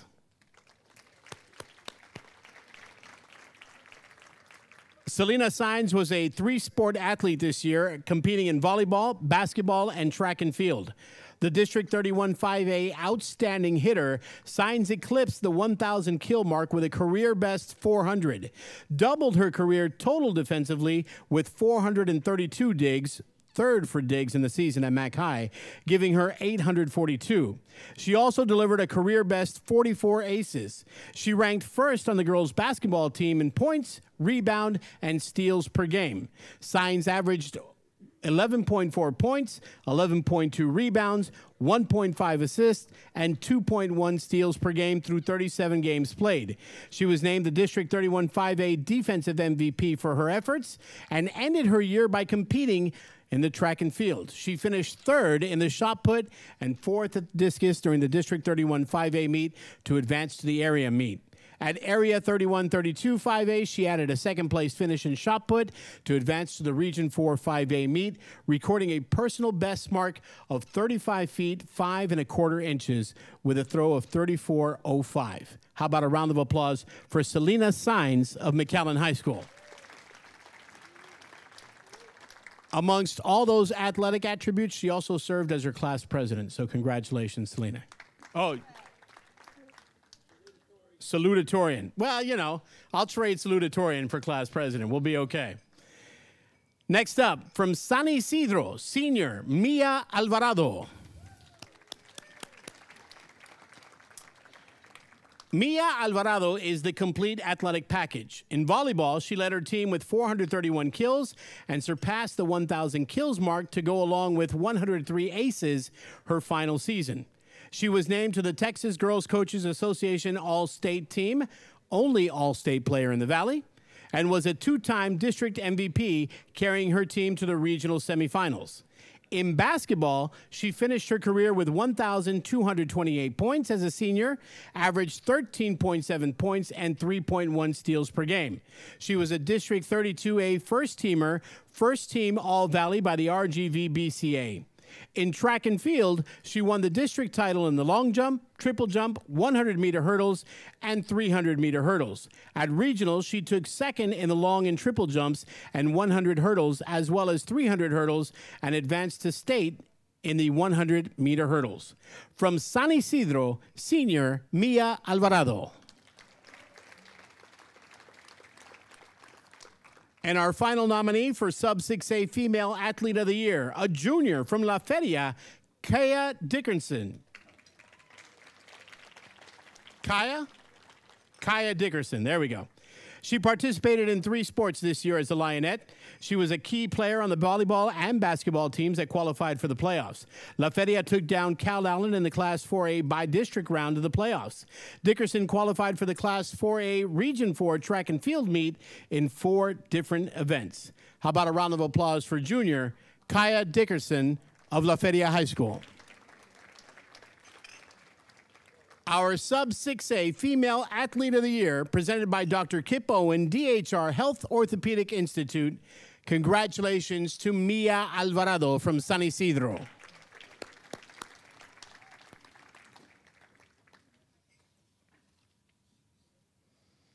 All right, gentlemen, let's move on to the fellas. Our 6A Male Athlete of the Year, presented by Lone Star National Bank. Our first nominee, a senior at PSA Early College High School, Vigo Lopez. 3-sport athlete, Vigo Lopez excelled in the diamond, gridiron, and track as a senior. He's a UTRGV baseball signee that helped lead the Bears baseball team to the District 31 6A championship with a 25-3-1 record overall and a 13-1 finish in league play. The Bears ranked as high as number 9 in the state, according to Texas High School Baseball Coaches Association Top 10. As a wide receiver on the football field, Lopez finished the regular season with a district-leading 805 yards, 9 touchdowns on 44 receptions. He earned District 31 6A first-team football honors and was also a part of PSA's regional qualifying 4x200 relay team, which posted second-place finish at the District 31-32 6A area meet with a time of 1:30.93. Our first nominee from PSA Early College High School, Vigo Lopez. Our second nominee, a senior from Harlingen High School, Nathan Huerta.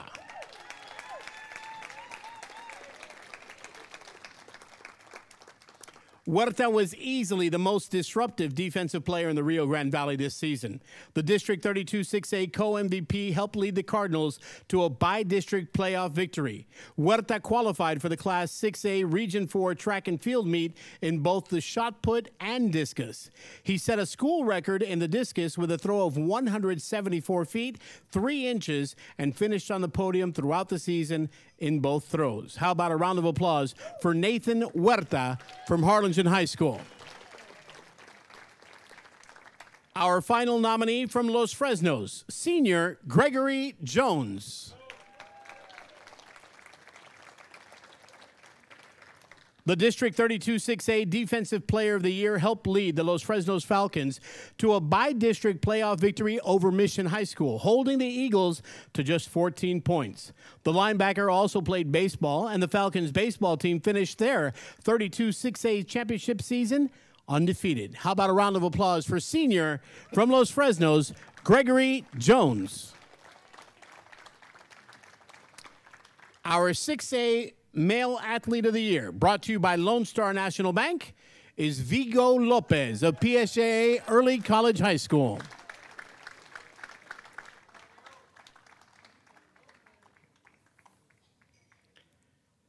Our Sub-6A Male Athlete of the Year, brought to you by RGVSports.com. Our first nominee is senior from Port Isabel, Gilbert Medina. We're getting late, I know. We're moving, though. We're moving. Help me out. Medina, the All-Metro MVP for the 2021 football season, played on both sides of the ball this season to help the Tarpons to a by-district playoff victory in football. On the basketball court, Medina was a guard on a team loaded with guards and again helped Port Isabel capture a by-district playoff victory. In the spring, Medina took to the track and picked up podium finishes later in the triple jump and sprint relays. Our first nominee from Port Isabel High School, senior Gilbert Medina. Our second nominee from Raymondville, senior Jason Cantu. Jason Cantu played 5 sports this year for the Bearcats. The quarterback qualified for the Class 4A Region 4 golf tournament and threw the discus for the track and field team in the spring. Cantu excelled on the basketball court and on the baseball diamond in 2022. The District 32 4A co-MVP led the Bearcats to their first district title in 16 years, averaging a double-double every game and a by-district playoff victory. Cantu is the District 32 4A Offensive Player of the Year in baseball. How about a round of applause for Jason Cantu of Raymondville High School? And our final nominee for the Sub-6A Male Athlete of the Year from McAllen Memorial, senior Marcos de Ochoa.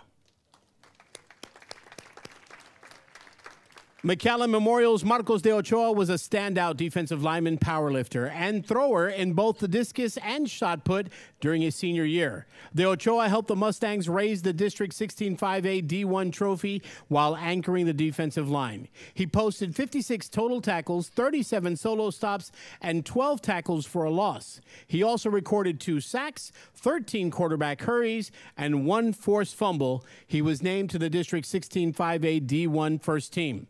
As a power lifter, De Ochoa ranked second in the Region 5 by lifting a total 750-pound squat, a 405-pound bench press, and 620-pound deadlift for a total of 1,775 pounds. And in track and field, De Ochoa was a regional qualifier in both of his throwing events. How about a round of applause for McAllen Memorial Senior Marcos de Ochoa? Our Sub-6A Male Athlete of the Year, presented by RGVSports.com. Congratulations to Jason Cantu of Raymondville High School.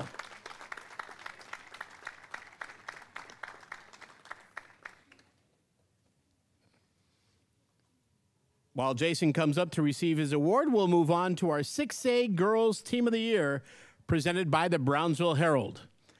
Our first nominee, Los Fresnos Powerlifting. The Los Fresnos Lady Falcons won their 7th straight THSWPA state championship. The Lady Falcons had 3 girls win state titles, 2 silver medals, and a 5th place finish for a total of 32 points, 9 points higher than second place. How about a round of applause for the Los Fresnos powerlifting team? Our next nominee for 6A Girls Team of the Year, Weslaco High School Softball. Thank you. Weslaco High School dominated the softball scene this year, tallying a regular season mark of 26-6. The Panthers came out on top in the crowded District 32 6A, finishing as district champs with a 12-2 record. During the postseason, Weslaco High reeled off 8 straight wins en route to the Region 4 6A finals, sweeping each of their first 4 playoff series to become the last Valley team standing. On the year, Weslaco averaged 7.3 runs per game while allowing just 1.9 runs per contest. How about a round of applause for Weslaco High softball? And our last nominee for 6A Girls Team of the Year, from Edinburgh Economides, the track team. Thank you. The Edinburgh Economides track team captured the District 31 6A title and pulled off a come-from-behind victory to finish first at the Region 4 31-32 6A area meet. The Jaguars girls track team sent 8 individuals or relay teams to the Region 4 6A meet in San Antonio. How about a round of applause for Edinburgh Economides track? Our 6A Girls Team of the Year, presented by the Brownsville Herald, is the Los Fresnos High School powerlifting team. Great job, ladies. Come on, Coach, come claim your prize. Our Sub-6A Girls Team of the Year, presented by Dr. Patrick Sander of DHR Health Orthopedic Institute. Our first nominee is Ed Couch Elsa Powerlifting. The Ed Couch Elsa Yellow Jackets brought home back-to-back state championships by winning this year's Texas High School Women's Powerlifting Association Class 5A Division II state powerlifting title in Corpus Christi. The Yellow Jackets won 4 individual gold medals, 1 bronze, and posted 2 4th and 5th place finishes to record 37 team points and earn the team championship. How about a round of applause for Ed Couch Elsa Powerlifting? Next up, McAllen High School Soccer. The District 31 5A champs for the 7th straight year. The Bulldogs compiled an 11-1-2 record in district. They won their by-district area and regional quarterfinal matches before falling on the regional semifinals, once again advancing to the state 16. They were the top scoring offense in the Rio Grande Valley. How about a round of applause for McAllen High School Soccer? And our final nominee for the Sub-6A Girls Team of the Year, McAllen Memorial Wrestling. The Mustangs girls wrestling team had 3 district championships out of just 9 weight classes, 3 regional champions, 1 state undefeated champion, 1 second-place finisher, and a top 12 finisher. Junior Serenity de la Garza and head coach Eddie Gonzalez were named Regional Wrestler and Regional Coach of the Year, respectively. How about a round of applause for McAllen Memorial Wrestling? Our Sub-6A Girls Team of the Year, presented by Dr. Patrick Sander of DHR Health Orthopedic Institute. Congratulations to Ed Couch Elsa Powerlifting.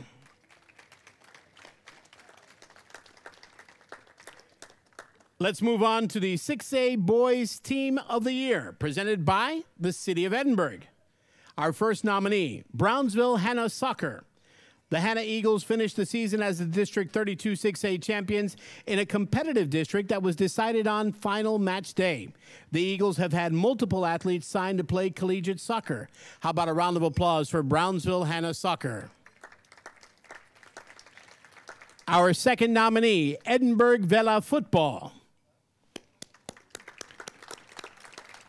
The Edinburgh Vela Sabercats football team completed one of the most impressive seasons from start to finish in 2021. The Sabercats finished a perfect 10-0 during the regular season and went on to win first and second round playoff games against San Benito and San Antonio Taft. The Sabercats defensive unit was the stingiest group in the Rio Grande Valley, allowing just 140.5 yards per game.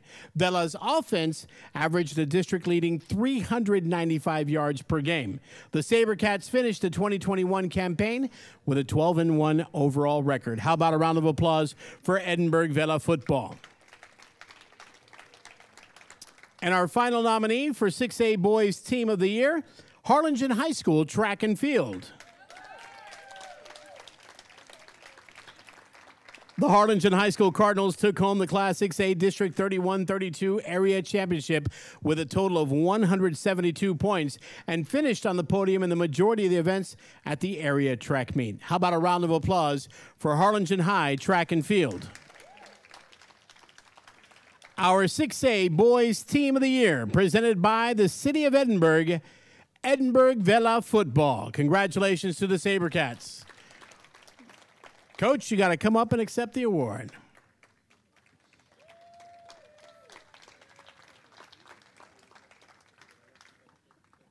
Let's move on to our Sub-6A Boys Team of the Year, brought to you by Vantage Bank. Our first nominee is McAllen High School Basketball. The Bulldogs followed up their 2021 trip to the Elite 8 by advancing to this year's Sweet 16. They won a share of the District 31 5A championship and went on to defeat Brownsville Vets in the first round of the playoffs, Victoria West in the second round, and Corpus Christi Flower Bluff in the regional quarterfinals. The Bulldogs lost in the Sweet 16 against state qualifier Bernie Champion. Mac High crossed the 30-win mark, ending the year at 32-9 and 12-2 in district competition. How about a round of applause for Mac High basketball? Our second nominee is Brownsville Porter Cowboys Soccer. The Cowboys finish up their season in the 5th round of the playoffs, the regional championship match. Porter, the District 32 5A champions, dominated in their playoff victories, outscoring opponents 13-2 before losing to Dripping Springs the state runner-up. A round of applause for Brownsville Porter Soccer. And our final nominee is Sherryland Pioneer Baseball. The Sherryland Pioneer Diamondbacks were one of the top teams in the Texas during the 2022 season. The Diamondbacks captured a share of the District 31 5A championship and proceeded to advance to the regional final round of the state playoffs for the second time in 3 seasons. Sherryland Pioneer finished the year 33-10 overall and ranked as high as number 6 in the Class 5A, according to Texas High School Baseball Coaches Association poll. The Diamondbacks secured playoff series victories over Brownsville Porter, Corpus Christi Moody, Corpus Christi Veterans, and Buda Johnson before falling to eventual state champion Georgetown in the Elite Eight. How about a round of applause for Sherryland Pioneer Baseball?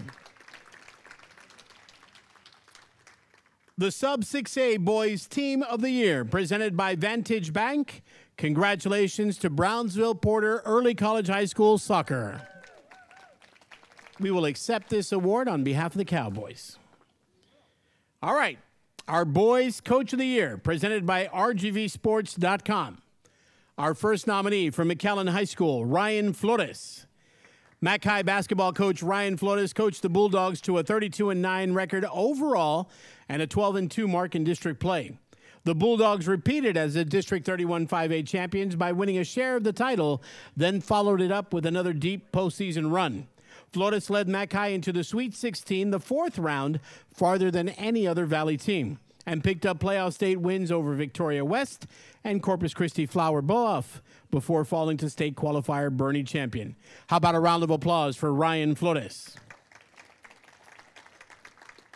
Our second nominee for Boys Coach of the Year, Israel Gonzalez III of Harlingen South.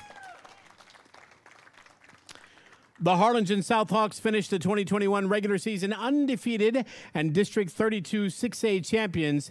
It is Israel Gonzalez's first year in charge of the Hawks. How about a round of applause for Israel Gonzalez III? And our final nominee is from Brownsville Porter, Jose Espitia. The Brownsville Porter Cowboys finished their season in the 5th round of the playoffs, the regional championship match under coach Jose Espitia. The Cowboys won the District 32 5A championship on the final district match of the season against Southmost rivals Brownsville Lopez. Porter dominated their playoff victories, outscoring opponents 13-2 before losing to Dripping Springs, the eventual state runner-up. Our Boys Coach of the Year, presented by RGVSports.com, Jose Espitia of Brownsville Porter Early College High School. We will gladly accept this award on his behalf. Our Girls Coach of the Year, presented by Valley Morning Star. From Los Fresnos, Jaime Vela.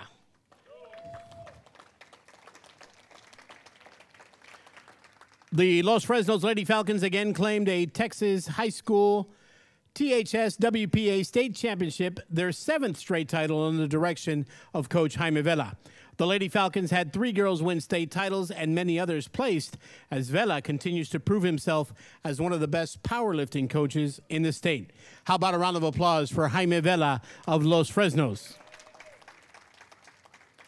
Our next nominee is Patrick Arney of McAllen High School. An annual accomplishment for the past 5 years, Patrick Arney's Bulldogs were the final Valley Girls team alive in the state playoffs, advancing again to the 4th round. Despite losing 4 starters, the Bulldogs were the dominant team of the Rio Grande Valley, leading the Valley in goals scored and winning their 7th straight district title. The team has graduated 9 starters over the past 2 seasons, and under Coach Arney, the Bulldogs have won 19 district titles in 26 years, collected 560 total wins, and have been in the regional semifinals 9 times and 4 of the past 5 years. From McAllen High School Soccer, Patrick Arney. From McAllen Memorial Wrestling, Eddie Gonzalez. Eddie Gonzalez led his Lady Mustangs to unprecedented heights and set the bar for girls wrestling in the Rio Grande Valley. He ended up with a state champion, a second-place finisher at the state meet, 3 regional champs, second place in the Region 4 5A team standings, and the District 31 5A standings. The team also finished 4th in the state final standings and was ranked as high as number 2 in the state. One of his wrestlers was named Regional Wrestler of the Year, and he was named Regional Coach of the Year. Eddie Gonzalez of McAllen Memorial High School. Our Girls Coach of the Year, presented by the Valley Morning Star. Congratulations to Jaime Vela of Los Fresnos High School.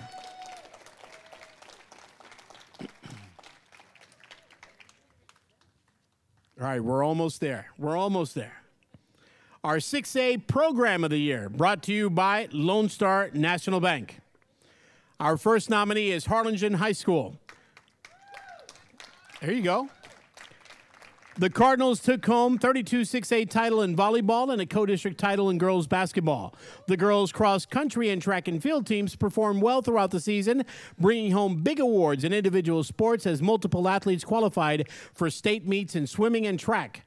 The Cardinals track and field Cardinals track and field team finished the season as area champions, and the boys football and basketball programs won by-district playoff meetings.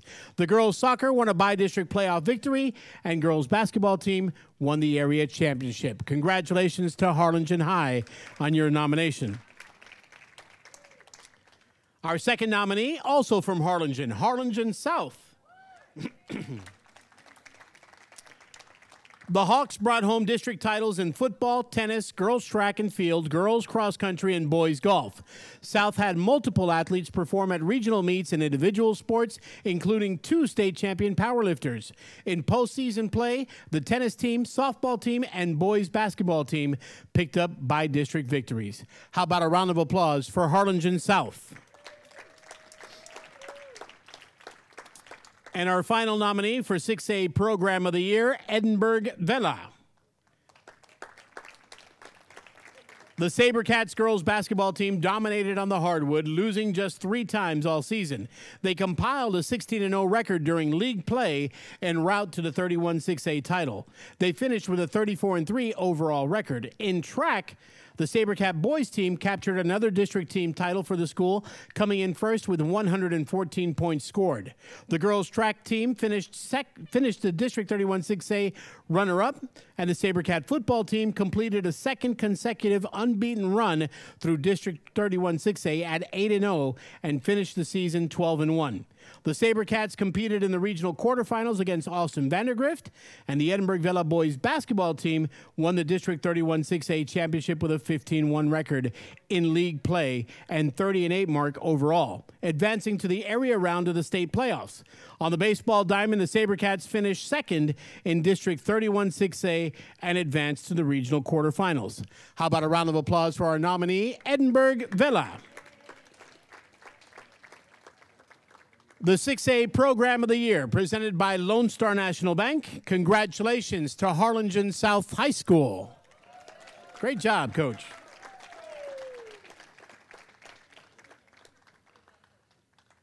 Our Sub-6A Program of the Year, presented by DHR Health. Mac High. The Bulldogs won district championship in girls soccer, girls tennis singles, boys and girls swimming, girls track and girls golf, had the individual district champion. Boys track finished with the season as co-district champions. Boys basketball, girls soccer both advanced to the regional semifinals, and girls basketball advanced to the regional semis. Boys powerlifting earned a state silver medal, and girls powerlifting earned a bronze medal. Our first nominee, McAllen High School. Our second nominee for Sub-6A Program of the Year, McAllen Memorial. The Mustangs won district championships in football, boys cross country, individual tennis, girls and boys powerlifting, boys golf, also with the individual district champion, boys team tennis, and were co-district champs in boys track and boys basketball. Football, volleyball, boys basketball, girls soccer, boys team tennis all advanced to the regional quarterfinals in their respective sports, and the powerlifting teams each finished third in the state. Individual state level awards included a bronze medal at the state individual tennis tournament and 3 state qualifiers, a pair of second place finishes in track at the state meet, mile and the 2-mile run, an undefeated state champion and a second place finisher in the state wrestling tournament, and 2 girls state champions in powerlifting. Our nominee, McAllen Memorial High School. And wrapping up the Sub-6A Program of the Year nominees for La Feria High School. Picked up district titles in football, track, cross country, and softball. Boys or girls teams were in the playoffs in most sports and picked up a big win in the bi-district round of the girls basketball playoffs against Corpus Christi Calallen. The softball team also won a close playoff series. The boys and girls cross country team won regional titles, and the girls track team took home an area championship. In the individual sports, La Feria sent athletes all over the state and came back with a state champion powerlifter and a bronze medal on the track. How about a round of applause for La Feria High School? Our Sub-6A Program of the Year, presented by DHR Health. Congratulations, McAllen Memorial High School.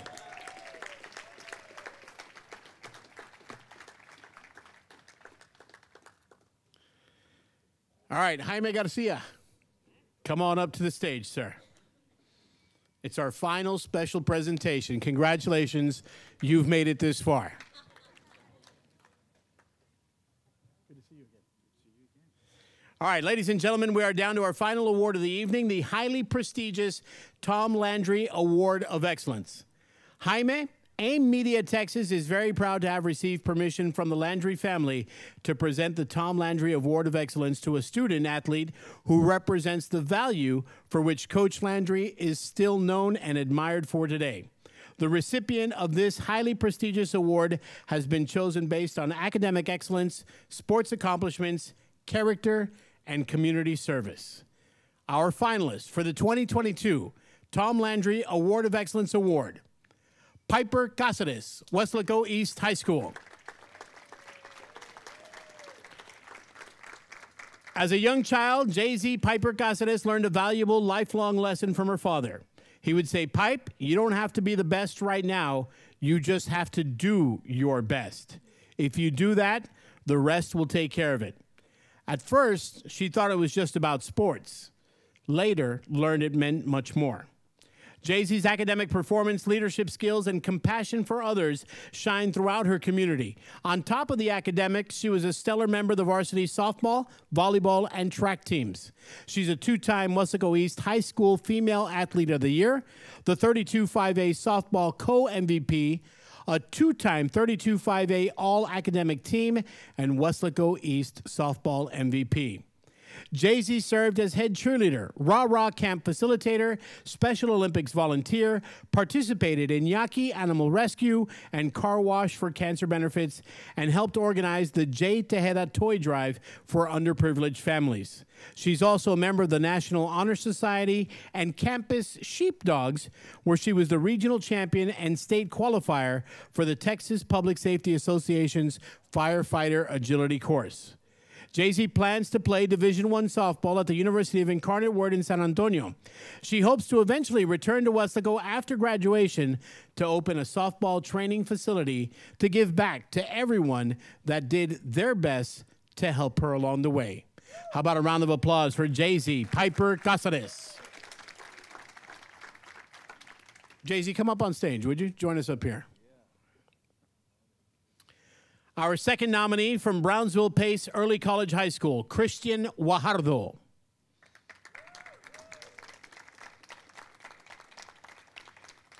An all-star player for District 32-5A, Rio Grande Valley all-star player, and captain of the basketball team, Christian received recognition for achieving the milestone of 2,000 points scored throughout his high school career. He was an integral component of 4 straight basketball playoff runs and multiple district and bi-district championships.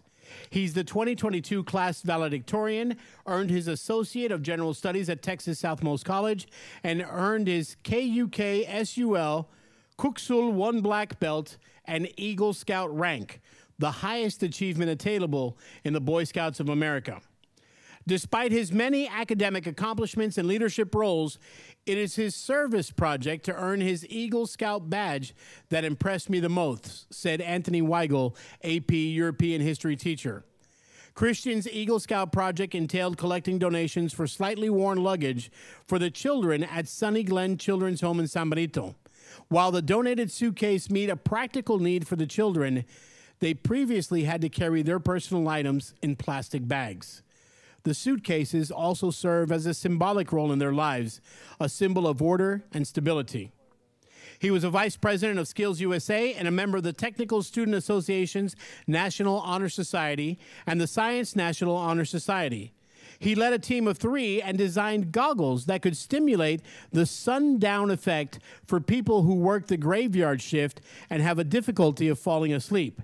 He placed first at the District Science and Engineering Fair and second at the regional level, earning him advancement to the State Science and Engineering Fair.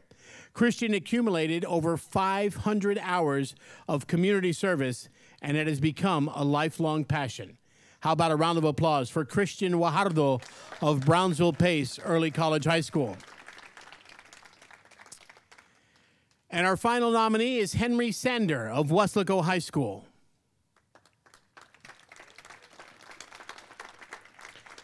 Discipline, dedication, determinations equals district championship, state finalist, valedictorian.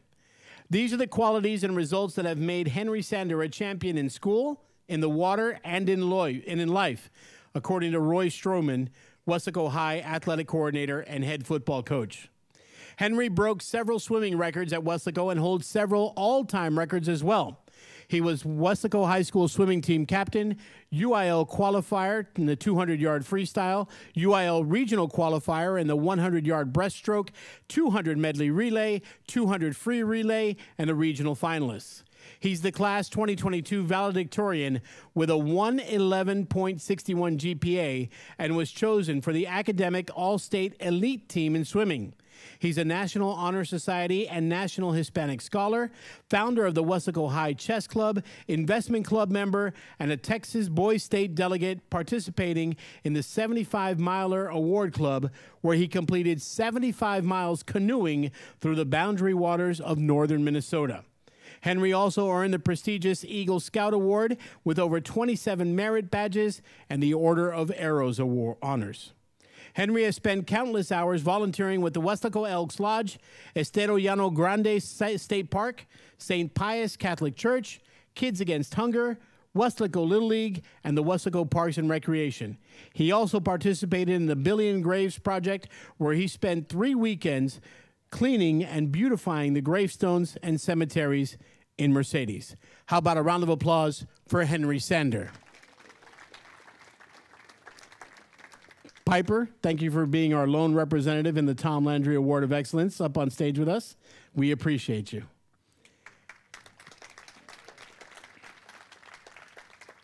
The winner in our Tom Landry Excellence Award, I believe he's getting a scholarship too, right? There's a little scholarship there for him. Congratulations, Christian Guajardo. Christian is unable to be here today, so Jaime Garcia will accept his award, not the scholarship money. Oh, come on up. You're his sister. All right.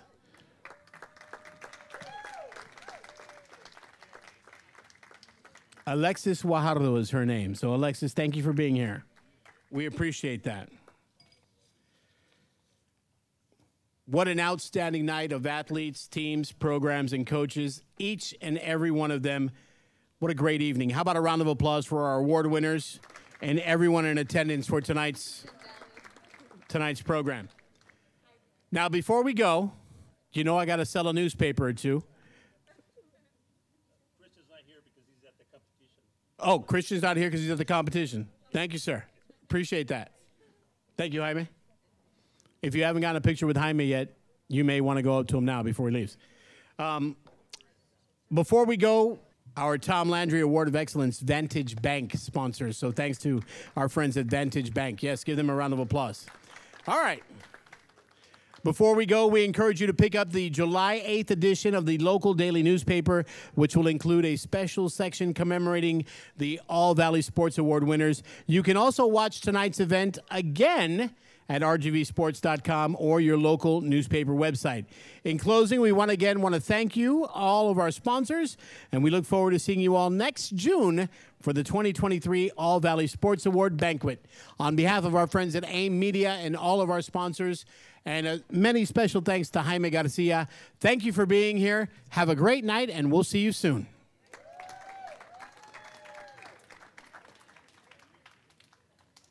Did you know when you bank with Lone Star National Bank, you're investing in your community?